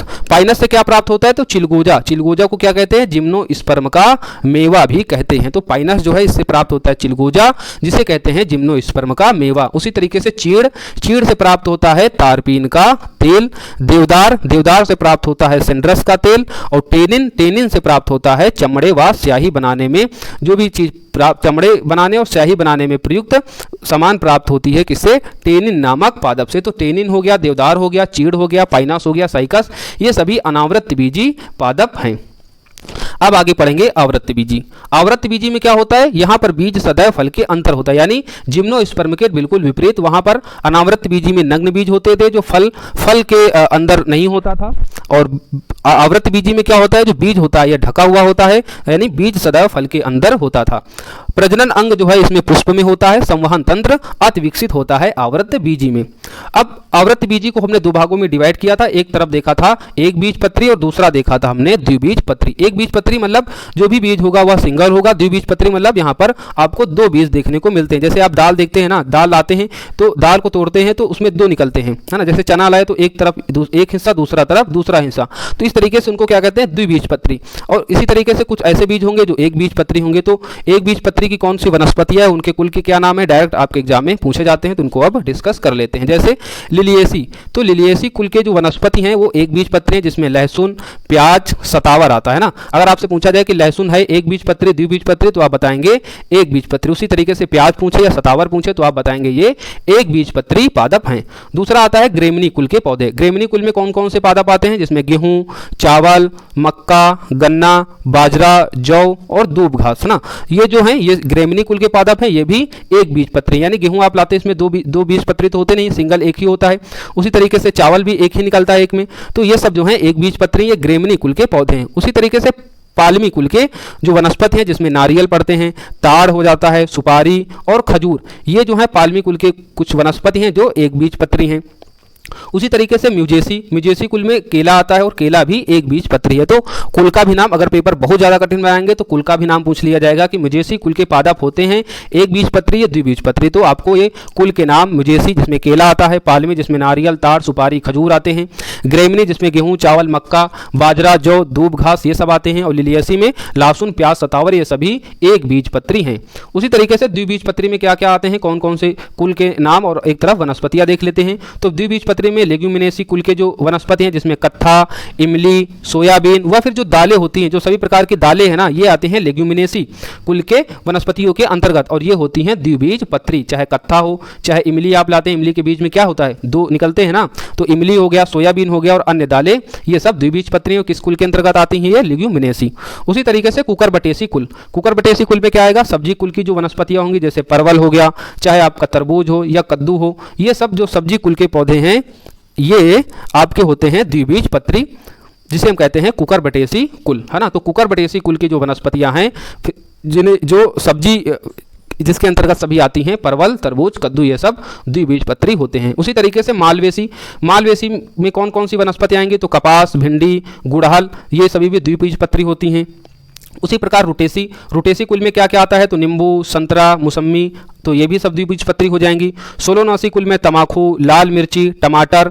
अम्बली फेरी में आ जाएगा धनिया, जीरा, लौंग तो कई बार एग्जाम में क्वेश्चन पूछा जा चुका है। तो लौंग कैसा है, लौंग है द्विबीजपत्री और किस कुल के अंतर्गत आता है, तो अम्बली फेरी कुल के अंतर्गत आता है। इसी तरीके से सौंफ हो जाएगा इसमें। रोजेसी कुल में क्या क्या आ जाएगा, सेब, नाशपाती, गुलाब, और कंपोजिटी कुल में क्या आ जाएगा, गेंदा, सूरजमुखी और जीनिया। तो इस तरीके से ये कुछ वनस्पतियां हैं और ये अलग अलग कुल के अंतर्गत आती हैं। तो लेग्यूमिनेसी कुल, Cucurbitaceae, Malvaceae, Rutaceae, Solanaceae, Umbelliferae, Rosaceae और कंपोजेटी, ये सभी कुल की वनस्पतियां जो हैं वो सब द्विबीजपत्री हैं। इनमें कौन कौन सी वनस्पतियां हैं, चाहे आपसे पूछे सूरजमुखी, चाहे पूछे लौंग या धनिया, जीरा, तम्बाकू, नींबू, संतरा, मौसम्बी, सब्जी कुल की वनस्पतियां जिसमें परवल, तरबूज, कद्दू ये सब पूछे, या फिर कोई दाल पूछ ले, इमली, सोयाबीन पूछ ले, कत्था पूछ ले, ये सब जो है द्विबीजपत्री होते हैं। लौंग से संबंधित कुछ महत्वपूर्ण तथ्य हैं, क्योंकि ये एग्जाम में कई बार पूछा जा चुका है और आगे भी पूछे जाने की संभावना है। लौंग जिसे इंग्लिश में क्या कहते हैं, क्लोज, और ये यूजीनिया कैरियोफाइटा, है ना, कैरियोफाइलेटा नामक एक सदाबहार वृक्ष है जिसकी बंद कलियां या पुष्प कलिका है। तो डायरेक्ट क्वेश्चन पूछा जाता है लौंग है ना, तो आप लौंग है और आपका जवाब क्या होगा, या तो आपका बंद कलिया ऑप्शन में होगा, या पुष्प कलिका होगा, या केवल लिखा होगा कलिका है या कली है, पुष्प कली है। तो इस तरीके से जब आपके ऑप्शन में मिले तो आप को पता हो जाना चाहिए कि यही हमारा आंसर रहेगा, लौंग से संबंध पूछ रहा है। तो लौंग क्या है, यूजीनिया कैरियोफाइलेटा नामक एक सदाबहार वृक्ष की बंद कलिया या फिर जिसे हम पुष्प कलिका कहते हैं वो है। इसका उपयोग भोज्य पदार्थों, दांतों के दर्द निवारक आदि में किया जाता है। तो लौंग का उपयोग खाना बनाने में तो किया ही जाता है, इसके अलावा दांतों के दर्द निवारक आदि में भी लौंग का यूज करते हैं। इसका जो जन्म है यानी लौंग की जो प्राकृतिक जगह है वह है इंडोनेशिया को माना जाता है कि जो इंडोनेशिया में लौंग का जन्म हुआ था, यानी यहीं पर इसका प्राकृतिक स्थान है। तो ये हमने देख लिया आवृत्त बीजी और अनावृत्त बीजी। अब एक बार क्वेश्चन आपके एग्जाम में आया था, परागण क्या होता है, परागण की डिफिनेशन बताइए। तो परागण होता है पुष्प के पराग केसर के परागण स्थानांतरित होकर पुष्प के स्त्री केसर या क्लोम छिद्र तक पहुंचने की क्रिया है। यह हवा, वायु या पशुओं व कीटों आदि के माध्यम से हो जाता है। यह दो प्रकार का होता है, एक तो अपने आप होता है स्वपरागण, दूसरा होता है परपरागण यानी हवा, वायु या पशु या कीटों के माध्यम से। यानी जो पुष्प होते हैं उनमें जो परागण यानी एक पुष्प के दूसरा पुष्प बनेगा, यानी जो पुरुष ये पुष्प होता है, नर पुष्प होता है, तो इसके जो परागण होते हैं ये कैसे पहुंचेंगे दूसरे मादा पुष्प तक। तो इसके लिए या तो ये जो परागण यानी जो किलिंगे निकले होते हैं ना पुष्प में देखते हैं, इनको या तो कोई कीट यानी मधुमक्खी की सहायता से या फिर हवा की सहायता से ये जो परागण होते हैं ये मादा यानी स्त्री केसर के पुमांग में जाते हैं, यानी स्त्री केसर या क्लोम छिद्र तक पहुंचते हैं, इसी को हम परागण कहते हैं। यानी पुष्प के पराग केसर यानी जो ये पुष्प होता है इसके पराग केसर जो है परागण स्थानांतरित होकर पुष्प के स्त्री केसर यानी जो कह सकते हैं जो फीमेल पुष्प होता है इसके क्लोम छिद्र ये पहुंचने की जो क्रिया होती है, चाहे वो हवा के माध्यम से हो या पानी के माध्यम से हो या पशु या किसी कीट यानी मधुमक्खी वगैरह जो होती हैं, ये पुष्प परागण में महत्वपूर्ण भूमिका निभाती हैं। तो ये जो प्रक्रिया होती है एक स्थान से दूसरे स्थान तक पहुंचने की पुष्प परागण की, यही कहलाती है परागण। अब हम पढ़ेंगे आवृत्त बीजी की आकार की यानी मॉर्फोलॉजी। आवृत्त बीजी की आकार की को हम 3 प्रकार से डिवाइड करके पढ़ सकते हैं, एक तो जड़, दूसरा तना और तीसरा पत्ती। आपसे डायरेक्ट क्वेश्चन पूछा जाता है कि जड़ कौन कौन सा है, आपको एक पादप दे दिया जाएगा, पूछा जाएगा या जड़ है या तना है। इसी तरीके से तने से संबंध या फिर पत्तियों के संदर्भ में आपसे लगातार क्वेश्चन पूछे जाते हैं, तो यही हम इसमें मॉर्फोलॉजी के अंतर्गत पढ़ेंगे। यानी ये सब आवृत्त बीजी के पादप हैं, देखेंगे ये जड़ हैं या तने हैं या फिर ये पत्तियां हैं। तो जड़ के अंतर्गत जो मूली होती है ये क्या है, एक प्रकार की जड़ है, चाहे गाजर हो, चाहे सलजम हो, चुकंदर हो, शकरकंद हो, मक्का हो या गन्ना हो, अमरबेल, चंदन, राइजोफेरा और सुंदरी है ना। सुंदरी के नाम से ही जो सुंदरबन का डेल्टा है इसको हम जो सुंदरी पादप होती है यानी पेड़ होता है, और इनकी जो जड़ें होती हैं ये डायरेक्ट जो है पानी में या फिर मृदा में आ जाती हैं, जिसके कारण इनको मजबूती भी प्रदान करती हैं सुंदरी के पौधों को। जैसे बरगद में देखते हैं ना कि जो पेड़ की जड़ें होती हैं वो जमीन में ऐसे लटक जाती हैं, तो ये सभी क्या है, सुंदरी अगर आपसे पूछा जाए तो वो जड़ ही है, ना कि वो पादप या कोई तना है। तो चाहे आपसे मूली पूछे मूली क्या है, तो मूली क्या बताएंगे, जड़ है। गाजर पूछी जाए तो ये भी जड़ होती है, सलजम पूछी जाए तो वो भी जड़ है, चुकंदर पूछी जाए तो वो भी जड़ है, शकरकंद पूछी जाए तो ये भी जड़ है, मक्का पूछा जाए, गन्ना पूछा जाए, अमरबेल पूछा जाए या चंदन पूछा जाए, आम हल्दी पूछी जाए, राइजोफेरा पूछा जाए, सुंदरी पूछा जाए, ये सभी जड़ के उदाहरण हैं, आपको नाम इनका याद रखना है। उसी तरीके से पढ़ेंगे तना। तने को हम 3 भागों में डिवाइड कर देते हैं, एक तो भूमिगत तना, दूसरा अर्धवायवीय तना और तीसरा हो जाता है वायवीय तना। अब भूमिगत तने में कौन कौन से आ जाएगी, तो भूमिगत तने में भी जो है कई टाइप्स हो जाते हैं, जैसे प्रकंद जिसे हम राइजोम कहते हैं, इसके अंतर्गत आता है हल्दी, अदरक, केला, फर्न आदि, है ना। अगर आपसे हल्दी पूछा जाए, अदरक पूछा जाए तो ये क्या है, ये भूमिगत तना है। और भूमिगत तने में भी अगर डिवाइड करके पूछ लिया जाए कि अदरक है, प्रकंद तना है, स्तंभ कंद है, सल्ग कंद है या घन कंद है, तो आप बताएंगे हल्दी या अदरक प्रकंद है। अदरक के संदर्भ में क्वेश्चन पूछा जा चुका है, तो आपको याद रखना है कि अन्य के बारे में भी क्वेश्चन पूछा जा सकता है। तो भूमिगत तने में क्या आ गया, हल्दी, अदरक, केला, फर्न और जो प्रकंद के अंतर्गत आएगा। उसी तरीके से स्टम ट्यूबर यानी स्तंभ कंद, इसके अंतर्गत कौन आएगा, तो आलू। तो आलू तो सबसे पहले बताना है ये भूमिगत तना है, दूसरा भूमिगत तने के अंतर्गत यह स्तंभ कंद है। उसी तरीके से तीसरा है सल्क कंद। तो सल्क कंद में क्या क्या आ जाएगा, प्याज और लहसुन। तो अगर आपसे पूछे कोई प्याज और लहसुन है तो आप क्या बताएंगे, तो यह तना है यानी भूमिगत तना है, और दूसरा भूमिगत तने के अंतर्गत यह सल्क कंद है। देन आगे नेक्स्ट इसी प्रकार घन कंद। घन कंद में क्या आ जाएगा, कचालू, जिमी कंद। तो अगर आपसे कचालू या जिमी कंद के बारे में पूछा जाए तो ये भी भूमिगत तना है, और भूमिगत तने के अंतर्गत यह है घन कंद। अब तने का अगला जो पार्ट है, तो ये सारी चीजें आपको याद रखना है कि जड़ें कौन कौन सी है और भूमिगत तने कौन कौन से है। चाहे आपसे हल्दी, अदरक पूछे, फर्न पूछे, आलू पूछे, लहसुन पूछे, जिमीकंद, कचालू पूछे, सब क्या है, तो भूमिगत तने हैं। अब दूसरा है अर्धवायवीय तना। अर्धवायवीय तना के अंतर्गत हम देखते हैं दूब घास, जलकुंभी, पिपरमिंट और मर्सीलिया, ये जो पादप हैं ये सभी अर्धवायवीय तना है। तो सबसे पहला तो चाहे आपसे दूब घास, जलकुंभी, पिपरमिंट के बारे में पूछे तो पहला तो ये तना है, दूसरा तने में भी कौन सा पार्ट है, तो अर्धवायवीय तना है। उसी तरीके से वायवीय तना। वायवीय तना में गुलाब, अंगूर, नागफनी और कोकोलुआ, ये जो पादप हैं ये सब वायवीय तने के अंतर्गत आते हैं। फिर आवृत्तबीजीय कार्की में हमने जड़ पढ़ लिया, तना पढ़ लिया, और अंत में पढ़ेंगे पत्ती। पत्तियों का जो एक अच्छा उदाहरण वह है घटपर्णी ब्लेडर, यानी जो पिचर ब्लेडर होते हैं इनको हम क्या कहते हैं, कीट भक्षी पौधे भी कहते हैं। और ये जो घटपर्णी या घटपर्णी ब्लेडर या पिचर ब्लेडर इसे कहते हैं, है ना, तो इनमें होता है कीट भक्षी ये पौधे होते हैं। और ये पौधे कहाँ पर उगते हैं, तो ऐसी मिट्टी में उगते हैं जहाँ पर नाइट्रोजन की कमी होती है, यानी यहाँ पर नाइट्रोजन की कमी होगी वहीं पर ये कीट भक्षी जो है पौधे उगते हैं। और जो इनकी पत्तियाँ होती हैं, जो जैसे यहाँ से कोई कीड़ा उड़ के जा रहा है तो इसको क्या करेंगे, जैसे ही कीड़ा आएगा पत्तियों के पास तुरंत ये पत्तियां बंद हो जाती हैं और इस कीड़े के माध्यम से ही नाइट्रोजन या उससे जो अन्य पोषक तत्व पदार्थ होते हैं उनको उससे प्राप्त कर लेती हैं। तो घटपर्णी ब्लेडर या पिच ब्लेडर इसे ही कहते हैं। कीट भक्षी पौधा कहने का तात्पर्य यही हो जाता है जो कीटों का या भक्षण कर लेते हैं। इनकी जो पत्तियां होती हैं वह कीटों का भोजन पोषण कर लेती हैं, जैसे कोई कीट आता है पत्तियां तुरंत बंद हो जाती है।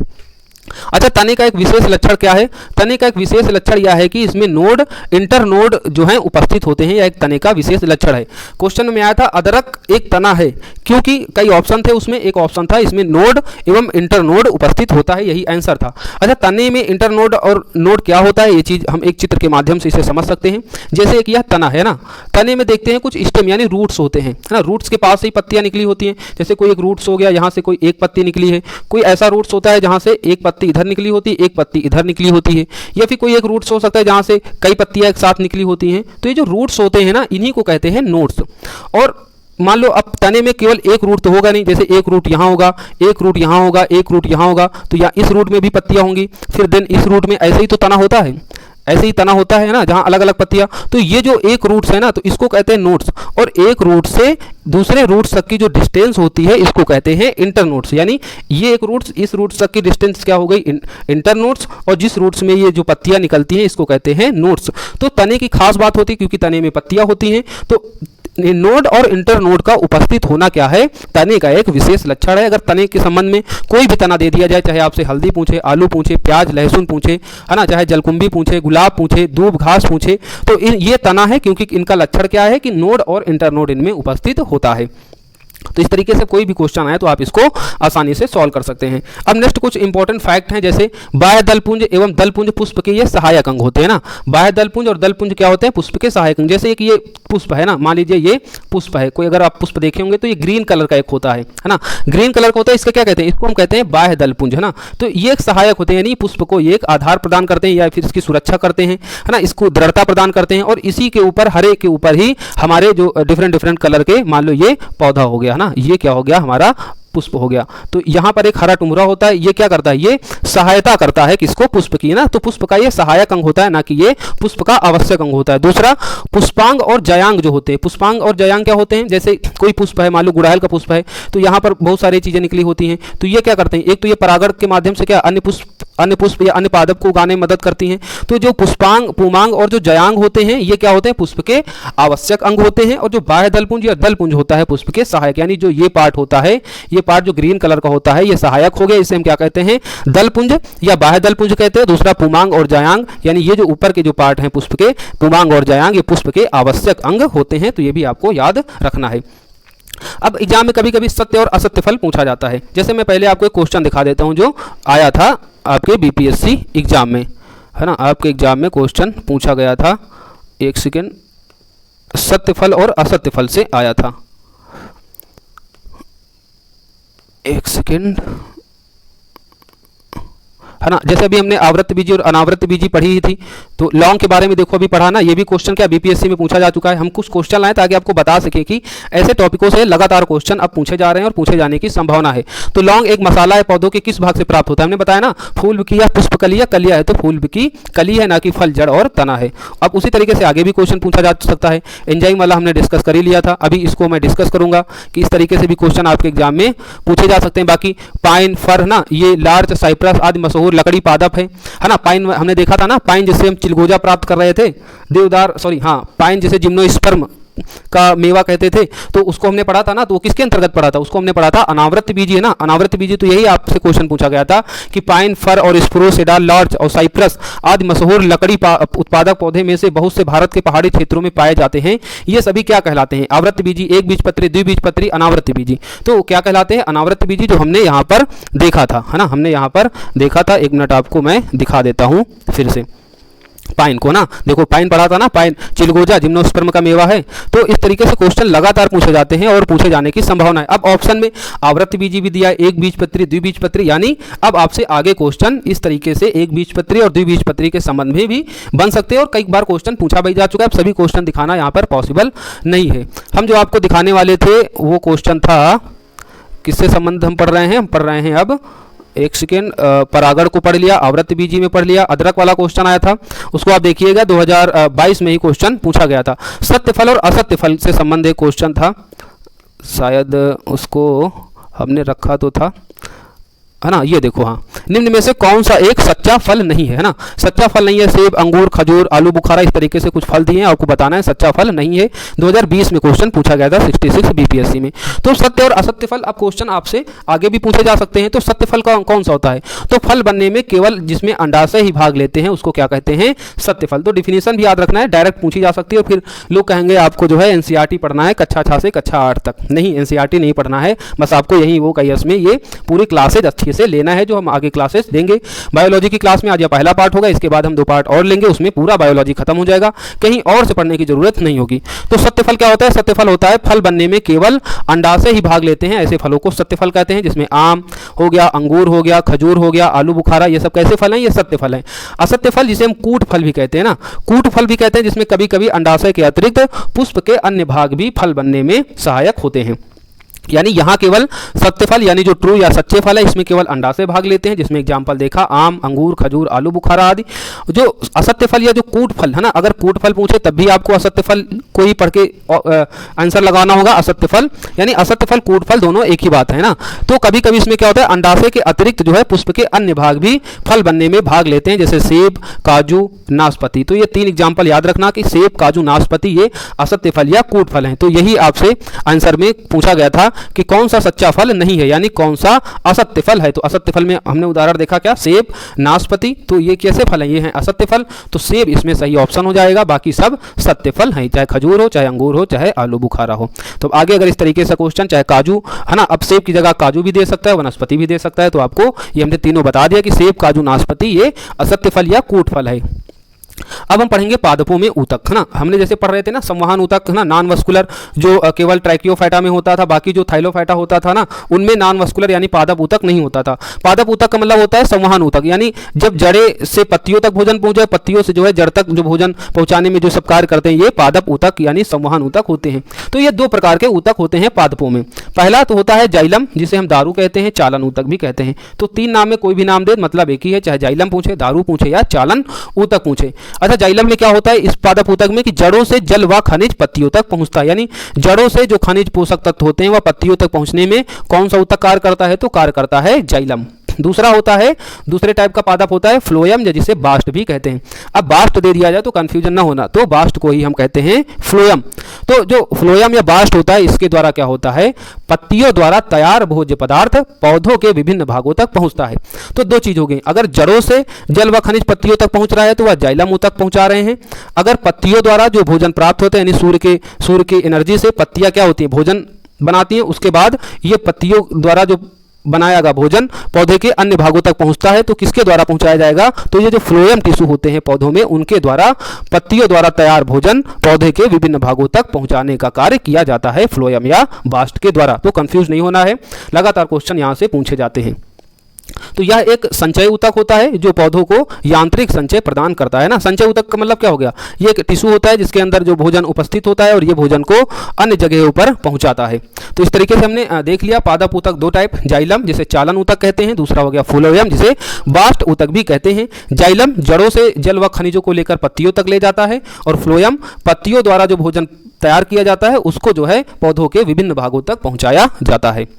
जाइलम एवं फ्लोएम जो होता है पौधों की जड़, तने व पत्तियों में पाया जाता है, यानी जो टिश्यू होते हैं जो पादप ऊतक होते हैं जाइलम फ्लोएम, यह पौधों की जड़ों में भी पाया जाता है, तनों में भी पाया जाता है और पत्तियों में भी पाया जाता है। तो इस तरीके से कंफ्यूज नहीं होना है, पूछ ले कि जाइलम पौधों के किस हिस्से में पाया जाता है, जड़ों में पाया जाता है, तनों में पाया जाता है, पत्तियों में पाया जाता है। उपयुक्त में से कोई नहीं, उपयुक्त में से एक से अधिक। तो उपयुक्त में से एक से अधिक जड़, तने, पत्तियों तीनों जगह जो है या फ्लोएम हो चाहे जाइलम हो या पाया जाता है। अब हमने पढ़ लिया पादप ऊतक, अब इसके बाद पढ़ेंगे पौधों में पोषण। पौधों में पोषण जो है 3 टाइप के होता है। पहला तो दीर्घ मात्रिक पोषण, यानी जो पौधों में पोषण होता है बड़ी मात्रा में इन पोषक तत्वों की आवश्यकता होती है, तो दीर्घ मात्रिक पोषक तत्व। फिर दूसरा होता है लघु मात्रिक पोषक तत्व, यानी इन पोषक तत्वों की मात्रा ज़्यादा नहीं होती है लेकिन होनी चाहिए। तो जो थोड़े मात्रा में जिन पोषक तत्वों की उपस्थित होनी चाहिए वो हो गए लघु मात्रिक पोषक तत्व। और कुछ पोषक तत्व होते हैं क्रांतिक तत्व, यानी ये तत्व मृदाओं में उपस्थित नहीं होते, इनको अलग से हमको खाद के रूप में छिड़कना होता है। तो पौधों में 3 प्रकार के पोषण, पहला दीर्घ मात्रिक पोषक, यानी ये जो तत्व हम पढ़ेंगे इसमें ये पोषक तत्व जो है इंपॉर्टेंट होते हैं और पौधों को अधिक मात्रा में इनकी जरूरत होती है। दूसरा लघु मात्रिक पोषक तत्व, यानी ये जो पोषक तत्व हैं पौधों को कम मात्रा में इनकी जरूरत होती है। और क्रांतिक तत्व अधिकांशतः जो है ये तत्व मृदाओं में उपस्थित नहीं होते। इनमें कौन कौन से तत्व आते हैं? नाइट्रोजन, फास्फोरस और पोटेशियम, यानी एनपीके हम कैसे डालते हैं? एनपीके तो उपस्थित होता नहीं मृदाओं में, जिन्हें हम क्या कहते हैं? क्रांतिक तत्व। तो इनको हम मृदाओं में कैसे डालते हैं? तो जो हम खाद डालते हैं ना बेसिकली, चाहे यूरिया हो है ना, चाहे डीएपी हो, उनमें क्या होता है? उनमें नाइट्रोजन, यूरिया में तो नाइट्रोजन ही होता है अधिक मात्रा में, बाकी डीएपी में क्या होता है? फास्फोरस और पोटेशियम। तो डीएपी और यूरिया के माध्यम से हम क्रांतिक तत्वों को मृदा में मिलाते हैं और जिससे पौधे जो है इस मृदा से इन पोषक तत्वों को प्राप्त कर पाते हैं। तो क्रांतिक तत्व तो देख लिया। अब आगे हम आएंगे दीर्घ मात्रिक पोषक तत्व और लघु मात्रिक पोषक तत्व में। जो दीर्घ मात्रिक पोषक तत्व होते हैं उनकी संख्या है 9, और वो कौन कौन से पोषक तत्व हैं जो पौधों में सर्वाधिक ज्यादा और महत्वपूर्ण होते हैं, है ना, इनकी जरूरत सबसे ज्यादा पड़ती है। तो जिसमें हो गया carbon, hydrogen, oxygen, nitrogen, phosphorus, potassium, calcium, magnesium और सल्फर। तो ये जो 9 पोषक तत्व हैं, ये पोषक तत्व पौधों को सर्वाधिक मात्रा में चाहिए होते हैं। तो आप इनके नाम याद रख लें: carbon, hydrogen, oxygen, nitrogen, phosphorus, potassium, calcium, magnesium और सल्फर। उसी तरीके से जो लघु मात्रिक पोषक तत्व, यानी ये पोषक तत्व पौधों को अधिक मात्रा में नहीं लगते, लेकिन कुछ मात्रा में ये तत्व भी पौधों के लिए जरूरी है। जिसमें कौन कौन से 8 हैं, इनकी संख्या भी याद रखना है, कभी कभी संख्या भी पूछी जा सकती है। अगर कुल संख्या अगर देखा जाए तो कितनी होगी? 17 होगी, यानी पौधों में पोषण के लिए जो पोषक तत्व अनिवार्य होते हैं वो कितने हो गए? 17, जिसमें 9 जो है वह इंपॉर्टेंट है, सबसे ज़्यादा चाहिए होते हैं, और 8 हल्की यानी कम मात्रा में ये जो है पौधों में उपस्थित यानी पौधों को चाहिए होते हैं। जिसमें लोहा, तांबा, जस्ता, मॉलिब्डेनम, निकेल, मैग्नीज, बोरान और क्लोरीन।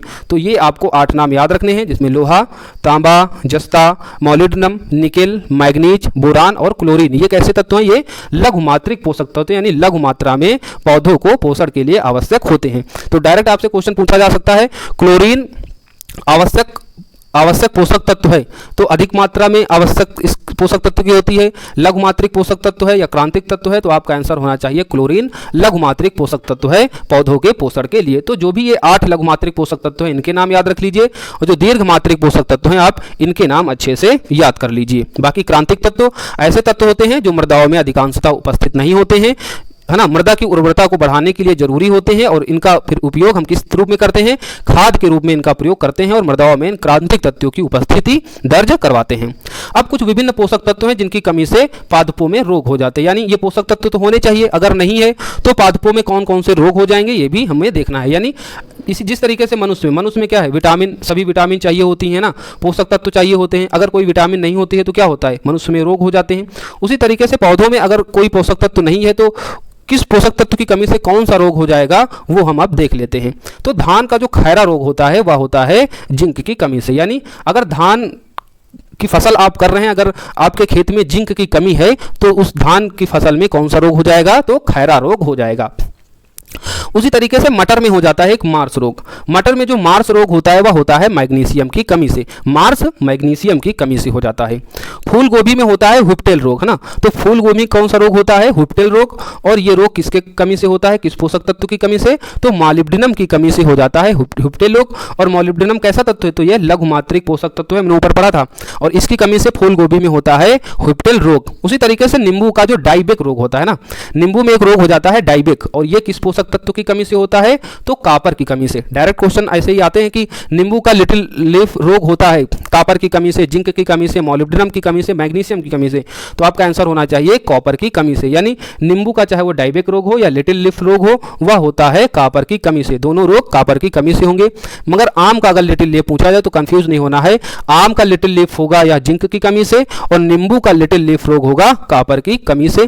फूल गोभी का देख ही लिया हुप्टेल रोग मॉलिब्डेनम की कमी से, मटर का मार्स रोग मैग्नीशियम की कमी से, और धान का खैरा रोग जिंक की कमी से होता है। एक महत्वपूर्ण तथ्य ये भी है कि पौधों में मैग्नीशियम और लोहा यानी आयरन की कमी से हरिमहीनता यानी क्लोरोरिस होता है। यानी पौधों में अगर मैग्नीशियम और आयरन नहीं होगा तो जो पौधे भोजन बनाते हैं, पौधों में कि पत्तियों में क्या उपस्थित होता है, क्लोरोफिल, है ना। उसी क्लोरोफिल के द्वारा सूर्य की एनर्जी से भोजन प्राप्त करते हैं। और क्लोरोफिल के अलावा भी जो अन्य पोषक तत्व मदद करते हैं भोजन बनाने में, वो होते हैं मैग्नीशियम और आयरन। अगर पौधों में मैग्नीशियम और आयरन की कमी होगी तो भी उनमें क्या हो जाएगा, हरिमहीनता, यानी उतनी व्यापक मात्रा में जो पौधे हैं भोजन नहीं बना पाएंगे। जब भोजन नहीं बना पाएंगे उस मात्रा में तो पौधे क्या हो जाएंगे, पौधे मुरझा जाएंगे या फिर समाप्त हो जाएंगे। इसलिए पौधों में मैग्नीशियम और लोहे की भी महत्वपूर्ण भूमिका है। और किस लिए कि पोषक तत्व यानी भोजन बनाने में इनकी महत्वपूर्ण भूमिका होती है। क्लोरोफिल से संबंधित है कि क्लोरोफिल जो है, क्लोरोफिल के स्तर को या क्लोरोफिल की क्रिया को बढ़ाने में कौन से पोषक तत्व महत्वपूर्ण भूमिका निभाते हैं, तो मैग्नीशियम और आयरन आपका आंसर होना चाहिए। अब हम पढ़ेंगे प्रकाश संश्लेषण, है ना। पादपों के बारे में पढ़ रहे थे और अब हम पढ़ेंगे प्रकाश संश्लेषण। फोटोसिंथेसिस भी कहते हैं, तो आपको डायरेक्ट देवनागरी लिपि में फोटोसिंथेसिस भी लिखा मिल सकता है। तो फोटोसिंथेसिस को ही हिंदी में क्या कहते हैं, प्रकाश संश्लेषण। प्रकाश संश्लेषण क्या होता है, मुख्यतः उपचयन यानी ऑक्सीडेशन, अपचयन यानी रिडक्शन की क्रिया है जो सिर्फ हरे पौधे एवं कुछ जीवाणु यानी साइनोबैक्टीरिया में घटित होता है ना। प्रकाश संश्लेषण के द्वारा ही भोजन पौधे बनाते हैं। तो यह एक उपचयन और अपचयन की प्रक्रिया है और यह किसमें सिर्फ होता है, या तो हरे पौधों में होता है या फिर कुछ जीवाणु जिसमें साइनोबैक्टीरिया, हमने देखा था ना, ये स्वपोषी होते हैं साइनोबैक्टीरिया जो डायरेक्ट जो है प्रकाश संश्लेषण की मदद से अपना भोजन तैयार करते हैं। तो प्रकाश संश्लेषण एक उपचयन यानी ऑक्सीडेशन, अपचयन यानी रिडक्शन की एक क्रिया है जो सिर्फ पौधों एवं कुछ जीवाणु यानी साइनोबैक्टीरिया में घटित होती है। और इस क्रिया के द्वारा ये सूर्य से एनर्जी प्राप्त करके अपने लिए भोजन तैयार करते हैं। तो इसके लिए एक प्रक्रिया है कि रिडक्शन प्रक्रिया में कौन भाग लेता है, तो CO2, और ऑक्सीडेशन की प्रक्रिया में कौन भाग लेता है, H2O। तो इसका एक फार्मूला है 6CO2 plus 12H2O is equal to सूर्य के प्रकाश की उपस्थिति में क्लोरोफिल, है ना, सूर्य का प्रकाश हो और क्लोरोफिल जिसे हम पर्णरहित कहते हैं, इनकी उपस्थिति में C6H12O6 यानी ग्लूकोज का निर्माण होता है और 6H2O और 6O2 यानी जल और ऑक्सीजन ये बाई प्रोडक्ट के रूप में डिलीवर होते हैं। यानी पेड़ पौधे क्या करते हैं, पेड़ पौधे कार्बन डाइऑक्साइड को उपचयन के रूप में और जल को अपचयन के रूप में, इन दोनों की जो है क्रिया करके क्या करते हैं, भोजन बनाते हैं। भोजन क्या बन रहा है, ग्लूकोज। ग्लूकोज क्या है, एक प्रकार से भोजन ही है, कार्बोहाइड्रेट ग्लूकोज, है ना। तो ये ग्लूकोज बन रहा है भोजन पौधों के लिए। और उसके अलावा वो रिलीज क्या कर रहे हैं, तो जल रिलीज कर रहे हैं और दूसरा क्या रिलीज कर रहे हैं, 6O2 यानी ऑक्सीजन रिलीज कर रहे हैं। तभी कहते हैं ना, पौधे क्या करते हैं, ग्रहण क्या करते हैं, ये कार्बन डाइऑक्साइड गैस पौधे ग्रहण करते हैं और छोड़ते क्या हैं, ऑक्सीजन गैस छोड़ते हैं। देखो यहाँ पर कार्बन डाइऑक्साइड पौधे ग्रहण कर रहे हैं ना, किसके रूप में, तो उपचयन, सॉरी, ये अपचयन के रूप में CO2 को ग्रहण कर रहे हैं पौधे, है ना, और उपचयन के रूप में जल को ग्रहण करते हैं। तो पौधे जल और कार्बन डाइऑक्साइड को ग्रहण करते हैं सूर्य की प्रकाश, और ये पर्णहरित की उपस्थिति में क्या बनता है, तो अपने लिए भोजन बनाते हैं यानी ग्लूकोज बनाते हैं और ऑक्सीजन और जल रिलीज होता है ना। ऑक्सीजन और जल रिलीज होता है, जल चला जाता है ऊपर, जो भाप बन के ऊपर चला जाता है, जो वर्षा के रूप में नीचे आ जाता है। तभी कहते हैं पेड़ लगाओ तो बारिश होगी। यानी पौधे जब अपना भोजन CO2 और H2O की उपस्थिति में ग्रहण करके बनाते हैं तो क्या होता है, H2O रिलीज होता है यानी जल रिलीज होता है, जो वाष्प बन के ऊपर जाता है और ये फिर संघनित होकर वर्षा के रूप में फिर से नीचे आ जाता है। और दूसरा क्या गैस रिलीज हो रही है, O2 यानी ऑक्सीजन रिलीज हो रहा है, जो सभी जीव जंतुओं के लिए जीवित रहने के लिए महत्वपूर्ण है। तो प्रकाश संश्लेषण की ये फार्मूला है, इसको बढ़िया से याद रख लो। 6CO2 plus 12H2O equal to सूर्य का प्रकाश होगा, तभी ये प्रकाश संश्लेषण की क्रिया होगी। पत्तियों में क्लोरोफिल होता है यानी पर्णहरित होता है, उसकी उपस्थिति में अपना भोजन ये बनाते हैं यानी ग्लूकोज बनाएंगे। रिलीज और क्या होगा, जल रिलीज होगा जो ऊपर जाएगा वायुमंडल में, जो वर्षा के रूप में फिर हमको प्राप्त होगा। और दूसरा तत्व क्या रिलीज हो रहा है, तो ऑक्सीजन रिलीज हो रहा है, जो सभी जीव जंतुओं के लिए आवश्यक है। तो पूरा एक रिएक्शन का हमने चयन देख लिया। और ये कैसी प्रक्रिया है, तो उपचयन और अपचयन की क्रिया है जो केवल पौधों और साइनोबैक्टीरिया यानी कुछ जीवाणुओं में होती है। प्रकाश संश्लेषण क्रिया की दो अवस्थाएं होती हैं। पहला तो प्रकाश रासायनिक क्रिया होती है जो पर्णहरित के ग्रेना में उपस्थित होती है, और दूसरी अवस्था क्या है, प्रकाशहीन रासायनिक, है ना। पहली चीज तो देखा कि सूर्य के प्रकाश में अपना भोजन बना रहे हैं, तो यह क्रिया पर्णहरित के कहाँ उपस्थित होती है, तो ग्रेना में। ये सब याद रखना, ग्रेना में। तो प्रकाश रासायनिक यानी प्रकाश रासायनिक संश्लेषण की क्रिया उपस्थित होती है कहाँ पर, पर्णहरित के ग्रेना में। दूसरा होता है प्रकाशहीन, यानी जब प्रकाश नहीं होता है। भाई दिन में तो सूर्य निकलता है तो पौधे क्या कहते हैं, है ना, पौधे प्रकाश रासायनिक क्रिया करके उपचयन और अपचयन की क्रिया करके क्या बनाते हैं, भोजन, और यह कहाँ, क्लोरोफिल के या ग्रेना में संपन्न होती है। लेकिन जब प्रकाश नहीं होता है तब भी तो पौधे अपना भोजन बनाते हैं, यानी कृत्रिम प्रकाश में भी कुछ पौधे सामान्यतः भोजन बनाने की स्थिति में होते हैं।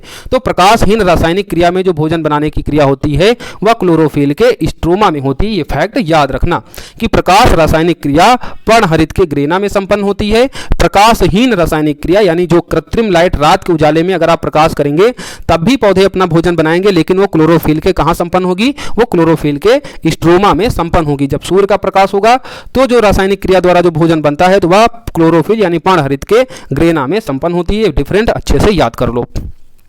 प्रकाश संश्लेषण की क्रिया केवल दृश्य प्रकाश वाले वर्णों में संपन्न होती है ना। एक चीज तो यह होगी कि प्रकाश संश्लेषण की क्रिया किसमें होगी, जिसमें दृश्य यानी जिसमें दिखाई पड़ता है। और दृश्य प्रकाश कितने होते हैं, हमने हाई स्कूल में आपने पढ़ा होगा वाइट गोर वाला फार्मूला ना, तो ये 7 कलर होते हैं और यही दृश्य प्रकाशों में केवल प्रकाश संश्लेषण की क्रिया होती है। और सबसे ज्यादा बात करें तो पर्णहरित प्रकाश में बैंगनी, नीले व लाल रंग को ग्रहण करते हैं। यानी पर्णहरित यानी प्रकाश संश्लेषण की क्रिया में 7 रंग होंगे तभी ये क्रिया संपन्न होगी। दूसरा पर्णहरित यानी जो क्लोरोफिल होते हैं, ये जो प्रकाश में जो बैंगनी रंग होता है, नीला रंग होता है और लाल रंग होता है उसी को ग्रहण करते हैं। प्रकाश संश्लेषण की क्रिया केवल लाल और नीले में सर्वाधिक होती है। तो प्रकाश संश्लेषण की क्रिया ये जो 7 रंग है, इस 7 रंग में क्लोरोफिल जो है 3 रंगों को ग्रहण करता है मुख्यतः, जिसमें बैंगनी है, नीला है और लाल है। तो जो क्रिया होती है प्रकाश संश्लेषण की वो सर्वाधिक लाल रंग में होगी, दूसरा नीले रंग में, है ना, सबसे ज्यादा लाल रंग में, दूसरे नंबर पर नीले रंग में सर्वाधिक होगी। और सबसे कम अगर पूछा जाए कि किस रंग को ग्रहण करने के दौरान प्रकाश संश्लेषण की क्रिया सबसे कम होती है तो वह होती है बैंगनी रंग में। अर्थात अगर प्रकाश संश्लेषण की क्रिया क्लोरोफिल में अगर लाल रंग डाला जाए तो सबसे ज्यादा प्रकाश संश्लेषण होगा, अगर नीला डाला जाए तो सेकंड नंबर पर होगा, और सबसे कम किस रंग में होगा तो वह होगा बैंगनी रंग में। इस तरीके का एक क्वेश्चन जो है आपके एग्जाम में पूछा जा चुका है। हम अभी आपको दिखा रहे हैं, एक सेकेंड रुकिए। हाँ, ये 68 बीपीएससी में आया था कि क्लोरोफिल सूर्य के प्रकाश के फिर एक आपको स्पेस दिया गया था, तरंग दैर्ध्य को अवशोषित करता है। तो क्लोरोफिल किस प्रकाश को ग्रहण करता है, तो लाल व नीले रंग को सबसे ज्यादा ग्रहण करता है। हमने देखा कि लाल रंग के उपस्थित में सबसे ज्यादा प्रकाश संश्लेषण और नीले में फिर उससे कम, और सबसे कम किसमें होता है, बैंगनी में। तो क्लोरोफिल यानी पर्णहरित सूर्य के किस प्रकाश को अवशोषित करता है, तो लाल और नीले को, जो हमने यहाँ पर देखा कि पर्णहरित प्रकाश में बैंगनी, नीले, लाल रंग को ग्रहण करता है। प्रकाश संश्लेषण की क्रिया में लाल एवं नीले में सर्वाधिक यानी सर्वाधिक ये होती है प्रकाश संश्लेषण, और बैंगनी रंग में सबसे कम। तो सबसे ज्यादा होता है लाल में, दूसरे नंबर पर होता है नीला और सबसे कम होता है बैंगनी में। कुछ कृत्रिम स्रोत भी प्रकाश संश्लेषण की क्रिया को संपन्न करने में समर्थ होते हैं, यानी अगर सूर्य का प्रकाश नहीं है तभी जो कृत्रिम लाइटें होती है उनकी मदद से भी प्रकाश संश्लेषण की क्रिया संपन्न होती है। और यह संपन्न किसमें होती है, क्लोरोफिल के, तो क्लोरोफिल के या स्ट्रोमा में संपन्न होती है यह क्रिया, जो प्रकाशहीन रासायनिक क्रिया होती है। एक महत्वपूर्ण तथ्य आपको याद रखना है कि अगर टेम्परेचर 37 डिग्री सेल्सियस तक बढ़ता है ना, 0 से अगर 37 डिग्री सेल्सियस तक बढ़ता है तो प्रकाश संश्लेषण की दर क्या होगी, तेज होगी। अगर 37 डिग्री सेल्सियस से भी ज्यादा ताप हो जाता है तो यही प्रकाश संश्लेषण की क्रिया घटने लगती है। यानी अगर वायुमंडल में तापमान ना 0 डिग्री सेल्सियस है तो सबसे कम प्रकाश संश्लेषण क्रिया होगी, क्योंकि तापमान कब होगा, जब सूर्य का प्रकाश होगा। तो सूर्य का प्रकाश का जो तापमान है, यानी जब टेम्परेचर जो है वह 0 से जैसे जैसे 47 डिग्री सेल्सियस तक बढ़ेगा तब तक तो यह प्रकाश संश्लेषण की क्रिया बढ़ेगी, लेकिन जैसे यह 47 डिग्री सेल्सियस को पार कर जाएगा टेम्परेचर, तब जो है प्रकाश संश्लेषण की जो दर है वह घट जाएगी। तभी कहते हैं अधिक तापमान होने पर क्या होता है, पौधे मुरझा जाते हैं, क्योंकि जो प्रकाश संश्लेषण की जिस क्रिया द्वारा भोजन बनाते हैं उसकी दर घट जाती है। जब पर्याप्त रूप से पोषक तत्व नहीं मिलेंगे तो पौधे क्या होंगे, सूख जाएंगे या फिर वो उनकी मृत्यु हो जाएगी। तो नॉर्मल टेम्परेचर होना चाहिए, सामान्य ताप होना चाहिए। तो 0 से 37 डिग्री सेल्सियस के बीच का तापमान प्रकाश संश्लेषण की दर के लिए अच्छा होता है। बाकी उसके ऊपर का जैसे ही तापमान जाएगा तो उनकी दर घटने लगती है। पौधों में श्वसन गैसों का आदान प्रदान शरीर की सतह द्वारा विसरण या जिसे हम डिफ्यूजन भी इंग्लिश में कहते हैं की क्रिया से होता है। यानी पौधों में भी तो श्वसन होगा, तो पौधों में जो श्वसन गैसों का जो आदान प्रदान होता है वह शरीर की सतह द्वारा विसरण की क्रिया से होता है। ये फैक्ट याद करना, पूछा जा चुका है कि पौधों में श्वसन गैस का आदान प्रदान होता है। डिफरेंट आपको ऑप्शन दिए गए थे, सही ऑप्शन आपका होना चाहिए विसरण क्रिया से पौधों में श्वसन गैस का आदान प्रदान होता है। आर्द्रता बढ़ने पर वाष्पोत्सर्जन की दर कम हो जाती है। वाष्पोत्सर्जन मतलब समझते हो ना, वाष्पोत्सर्जन का मतलब होता है कि जो पत्तियां जो H2O रिलीव करती हैं, अगर आर्द्रता अधिक होगी तो उनकी वाष्पोत्सर्जन यानी पत्तियों द्वारा जो H2O यानी जल को जो रिलीज करने की जो दर होती है वह कम हो जाती है। वहीं अगर वायु या तापक्रम यानी बहुत तेजी से अगर वायु चल रही है या बहुत ज़्यादा टेम्परेचर है तो वाष्पोसर्जन की दर क्या होती है, बढ़ जाती है। आप देखते हैं कि हवा तेजी से चलती है तो क्या होता है, कपड़े हो या फिर कपड़े क्या होते हैं, सूख जाते हैं, यानी जो जल हमारे कपड़ों में होता है वह तेजी से उड़ जाता है। उसी तरीके से पौधों में भी होता है। जो वाष्पोसर्जन यानी पत्तियों द्वारा जो जल रिलीज होता है, अगर बहुत तेजी से हवा चल रही है या बहुत ज़्यादा ताप है यानी बहुत ज़्यादा टेम्परेचर है तो भी वाष्पोसर्जन की दर यहाँ पर बढ़ जाएगी। लेकिन अगर आर्द्रता है, ह्यूमस अधिक है तो वाष्पोसर्जन की दर कम हो जाती है। पौधों में वाष्पोसर्जन की दर को किस मीटर से नापते हैं, तो गैनोंग पोटोमीटर होता है एक मापक जो वाष्पोसर्जन की दर को मापता है। इस फैक्ट को याद रखना, गैनोंग पोटोमीटर के द्वारा हम पौधों में वाष्पोसर्जन की दर को मापते हैं। अब कुछ पादप हार्मोन है जो इंपॉर्टेंट है। ये हार्मोन अक्सर आपके एग्जाम में पूछे जाते हैं, जिसमें पहला हार्मोन है ऑक्सिन। ऑक्सिन हार्मोन का क्या वर्क होता है पादपों में, तो ये तने की वृद्धि में सहायक होते हैं, जड़ों की वृद्धि को नियंत्रित करते हैं, पत्तियों एवं फलों को गिरने पर भी नियंत्रण रखते हैं, यानी फल अगर पौधों में लगे हैं है ना, तो वो गिरे ना, जब तक बहुत ज़्यादा पक ना जाए यानी परिपक्व होने से पहले ना गिरे। तो इसके लिए कौन सा हार्मोन्स काम करता है, तो ऑक्सिन। जो पौधों में जो ऑक्सिन हार्मोन्स होता है तो वह फलों को गिरने से मदद करता है, यानी फलों को जल्दी गिराता नहीं है। बीज रहित फल उत्पादन में सहायक होता है और गेहूं और मक्के के खेतों में खरपतवार नाशक का भी कार्य करता है। तो ऑक्सिन के ये वर्क याद रखिए, डायरेक्ट क्वेश्चन पूछा जा सकता है कि बीज रहित फल उत्पादन में सहायक होता है कौन सा हार्मोन, और आपको ऑप्शन में सारे हार्मोन्स होंगे तो आपको जवाब होगा ऑक्सिन हार्मोन। उसी तरीके से पत्तियों एवं फलों के गिरने पर नियंत्रण रखता है ऑक्सिन हार्मोन। गेहूं और मक्के के खेत में खरपतवार नाशक का भी कार्य करता है ऑक्सिन हार्मोन।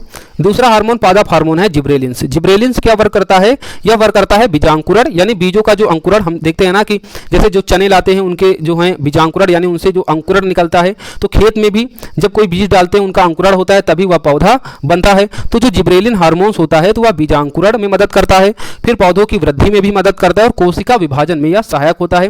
इंपॉर्टेंट है जिब्रेलिन्स की, या बीजांकुरण पौधों में वृद्धि और कोशिका विभाजन में सहायक होने वाला हार्मोन्स है। ये सारे पादप हार्मोन है। कभी कभी क्वेश्चन में ये भी पूछा जा सकता है, आपको कुछ जंतु हार्मोन दे दिए जाएंगे और उसमें एक पादप हार्मोन। अब आपसे पूछा जाएगा इनमें से कौन सा पादप हार्मोन है, या फिर ऐसा दे दिया जा सकता है इनमें से कौन सा पादप हार्मोन नहीं है। 3 आपको पादप हार्मोन दे दिया जाए और एक कोई जंतु हार्मोन। तो ये भी याद रखना है, ये जो सारे हैं चाहे ऑक्सिन हो चाहे जिब्रेलिन हो, जो हम आगे इसके पढ़ेंगे, साइटोकाइनिन, एब्सिक एसिड, एथिलीन, फ्लोरोजिन्स, ये सभी कैसे हार्मोन है, तो ये सभी पादप हार्मोन है। इस तरफ भी हमको ध्यान देना है कि ये इनके नाम जो हैं ये पादप हार्मोन है, क्योंकि अभी हम आगे जब जंतु विज्ञान पढ़ेंगे तो उसके अंतर्गत जंतुओं में कौन कौन से हार्मोन्स होते हैं जो महत्वपूर्ण ह्यूमन बॉडी के लिए आवश्यक होते हैं, तो वहाँ पर भी हार्मोन्स होंगे और ये पादपों से संबंधित भी हार्मोन है। तो डिफरेंट याद रखना कि ये सारे जो भी नाम बताए जा रहे हैं ये सभी पादप हार्मोन हैं, जिसमें हमने ऑक्सिन हार्मोन पढ़ लिया और जिब्रेलिन पढ़ लिया। अब नेक्स्ट हार्मोन्स है, नेक्स्ट पादप हार्मोन साइटोकाइनिन। साइटोकाइनिन की जो प्रकृति होती है वह क्षारीय होती है। कई बार पूछी जा चुकी है कि साइटोकाइनिन की प्रकृति, साइटोकाइनिन पहले तो पादप हार्मोन है, इसकी प्रकृति कैसी होती है, क्षारीय, और यह कोशिका विभाजन के लिए आवश्यक होता है, यानी पादपों में जो सेल डिवीजन होता है उसके लिए जो हार्मोन आवश्यक है वह कौन सा हार्मोन है, साइटोकाइनिन। कई बार पूछा जा चुका है। फिर एबिसिक एसिड हार्मोन। एबिसिक एसिड जो हार्मोन है यह वृद्धिरोधी पादप हार्मोन है। कई बार पूछा जा चुका है कि पादपों से संबंधित वृद्धिरोधी पादप हार्मोन कौन सा है, तो आपका जवाब होना चाहिए एबिसिक एसिड जो है वह पादपों की जो है वृद्धि को रोकता है। वाष्पोसर्जन की क्रिया को भी यह नियंत्रित करता है। वाष्पोसर्जन के बारे में हमने ऊपर समझाया। तो एबिसिक एसिड के 2 वर्ग हैं, एक तो वृद्धिरोधी पादप हार्मोन है, दूसरा वाष्पोसर्जन की क्रिया का यह नियंत्रण करता है। उसके बाद एथिलीन हार्मोन। एथिलीन हार्मोन जो है यह गैस के रूप में पाया जाता है पौधों में। तो पौधों में पाया जाने वाला यह गैस के रूप में जो है हार्मोन पाया जाता है। डायरेक्ट क्वेश्चन पूछा गया कि एथिलीन कौन सा हार्मोन पौधों में गैसीय रूप में पाया जाता है, तो जवाब होना चाहिए आपका एथिलीन जो है वह गैसीय रूप में पाया जाने वाला हार्मोन है पौधों में। पौधों की अनुप्रस्थ लंबाई, अनुप्रस्थ लंबाई का मतलब होता है चौड़ाई में वृद्धि करता है, और अनुदैर्ध्य लंबाई यानी जो इसकी ये लंबाई हो गई इसकी वृद्धि को रोकता है। तो एथिलीन के वर्ग क्या हो गया, अनुप्रस्थ चौड़ाई लंबाई यानी चौड़ाई में यह वृद्धि करता है एथिलीन पौधों की, और यह लंबाई की वृद्धि को रोकता है। फलों को पकाने में इसकी मुख्य भूमिका होती है। तो एथिलीन की नेक्स्ट वर्क अन्य क्या महत्वपूर्ण है कि फलों को पकाने में भी इसकी महत्वपूर्ण भूमिका होती है। ऐसा ही क्वेश्चन जो है एक बार 68th बीपीएससी में या फिर अन्य बीपीएससी में पूछा जा चुका है। ये भी क्वेश्चन मैं आपको दिखा देता हूं, एक सेकेंड। शायद क्वेश्चन मैं यहाँ पर ला नहीं पाया, लेकिन हाँ क्वेश्चन पूछा गया है। आप अगर देखना प्रीवियस ईयर क्वेश्चन पेपर तो आपको जरूर मिलेगा कि एथिलीन के संबंध में पूछा गया कि या गैसीय हार्मोन कौन सा है ना, और भी पूछा गया कि फल को पकाने में किस हार्मोन से संबंधित पूछा गया था, तो उन सभी के जवाब एथिलीन थे। कई बार क्वेश्चन पूछा जा चुका है। इसके बाद फ्लोरोजिन्स। फ्लोरोजिन से नाम से ही पता चल रहा है कि इसका संश्लेषण पत्तियों में होता है। एक चीज ये ध्यान रखना फ्लोरोजिन्स में कि इसका संश्लेषण होता है पत्तियों में, लेकिन ये काम क्या करते हैं, फूल खिलाने में मदद करते हैं, यानी इसको हम फूल खिलाने वाला हार्मोन भी कहते हैं, यानी फूल खिलने में यह मदद करता है।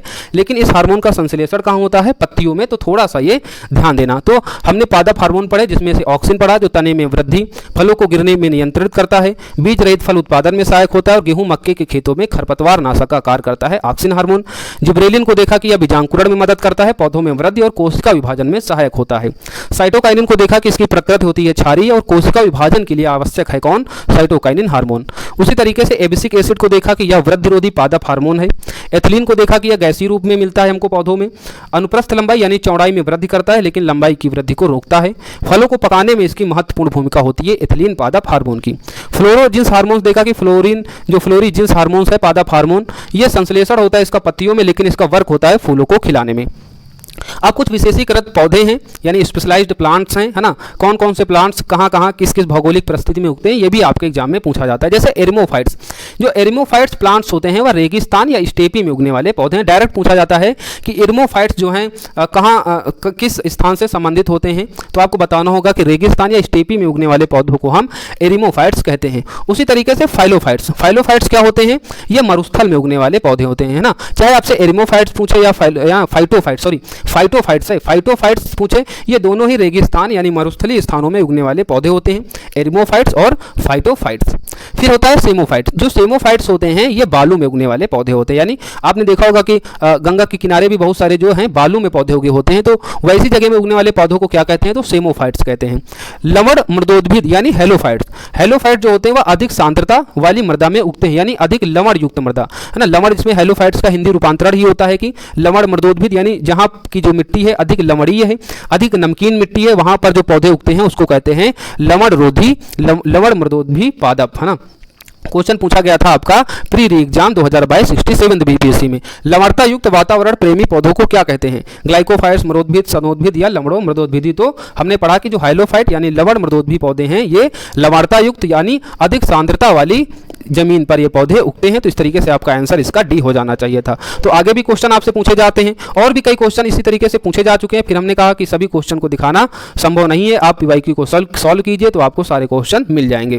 तो लवण मृदोद्भिद यानी हाइलोफाइट्स अधिक सांद्रता वाली मृदा में उगने वाले पौधे होते हैं। उसी तरीके से आक्जेलोफाइट्स जो होते हैं वह अम्लीय मृदा में उगने वाले पौधे हैं। तो दो चीजें हो गई, चाहे हाइलोफाइट्स पूछे या फिर आक्जेलोफाइट्स पूछे। आक्जेलोफाइट्स क्या होते हैं, सॉरी, ये अम्लीय मृदा में उगने वाले, और अम्लीय मृदा भी एक प्रकार से नमकीन या लवण युक्त ही होती है, लेकिन थोड़ा सा स्पेसिफिक हो जाता है कि केवल अगर हाइलोफाइट्स पूछे तो आपको बताना है अधिक सांद्रता यानी अधिक लवणीय मिट्टी में उगने वाले पौधे हैं। और आक्जेलोफाइट्स के लिए पूछा जाए तो अधिक, अब पूछ लिया जाए अम्लीय मृदा में उगते हैं, क्षारीय मृदा में उगते हैं, मरुस्थल में उगते हैं, तो आक्जेलोफाइट जो है वह अम्लीय मृदा में उगने वाले पौधे हैं। उसी तरीके से हाइलोफाइट्स ये दलदल में उगने वाले पौधे हैं। हेलोफाइट्स ना, अब देखो नाम में डिफरेंट है, यहाँ पर हाइलोफाइट है ना, यहाँ पर देख रहे हैं हाइलोफाइट्स HALOPHYTES, इसीलिए हमने यहाँ पर इंग्लिश में सारे शब्द लाए ताकि कंफ्यूज न हो। और यहाँ पर है हेलोफाइट्स HELOPHYTES, है ना। तो जो हेलोफाइट्स है ये दलदल में उगने वाले पौधे हैं, और हाइलोफाइट्स अधिक सांद्रता या अधिक लवण युक्त जो मिट्टी होती है वहाँ पर उगने वाले पौधे हैं।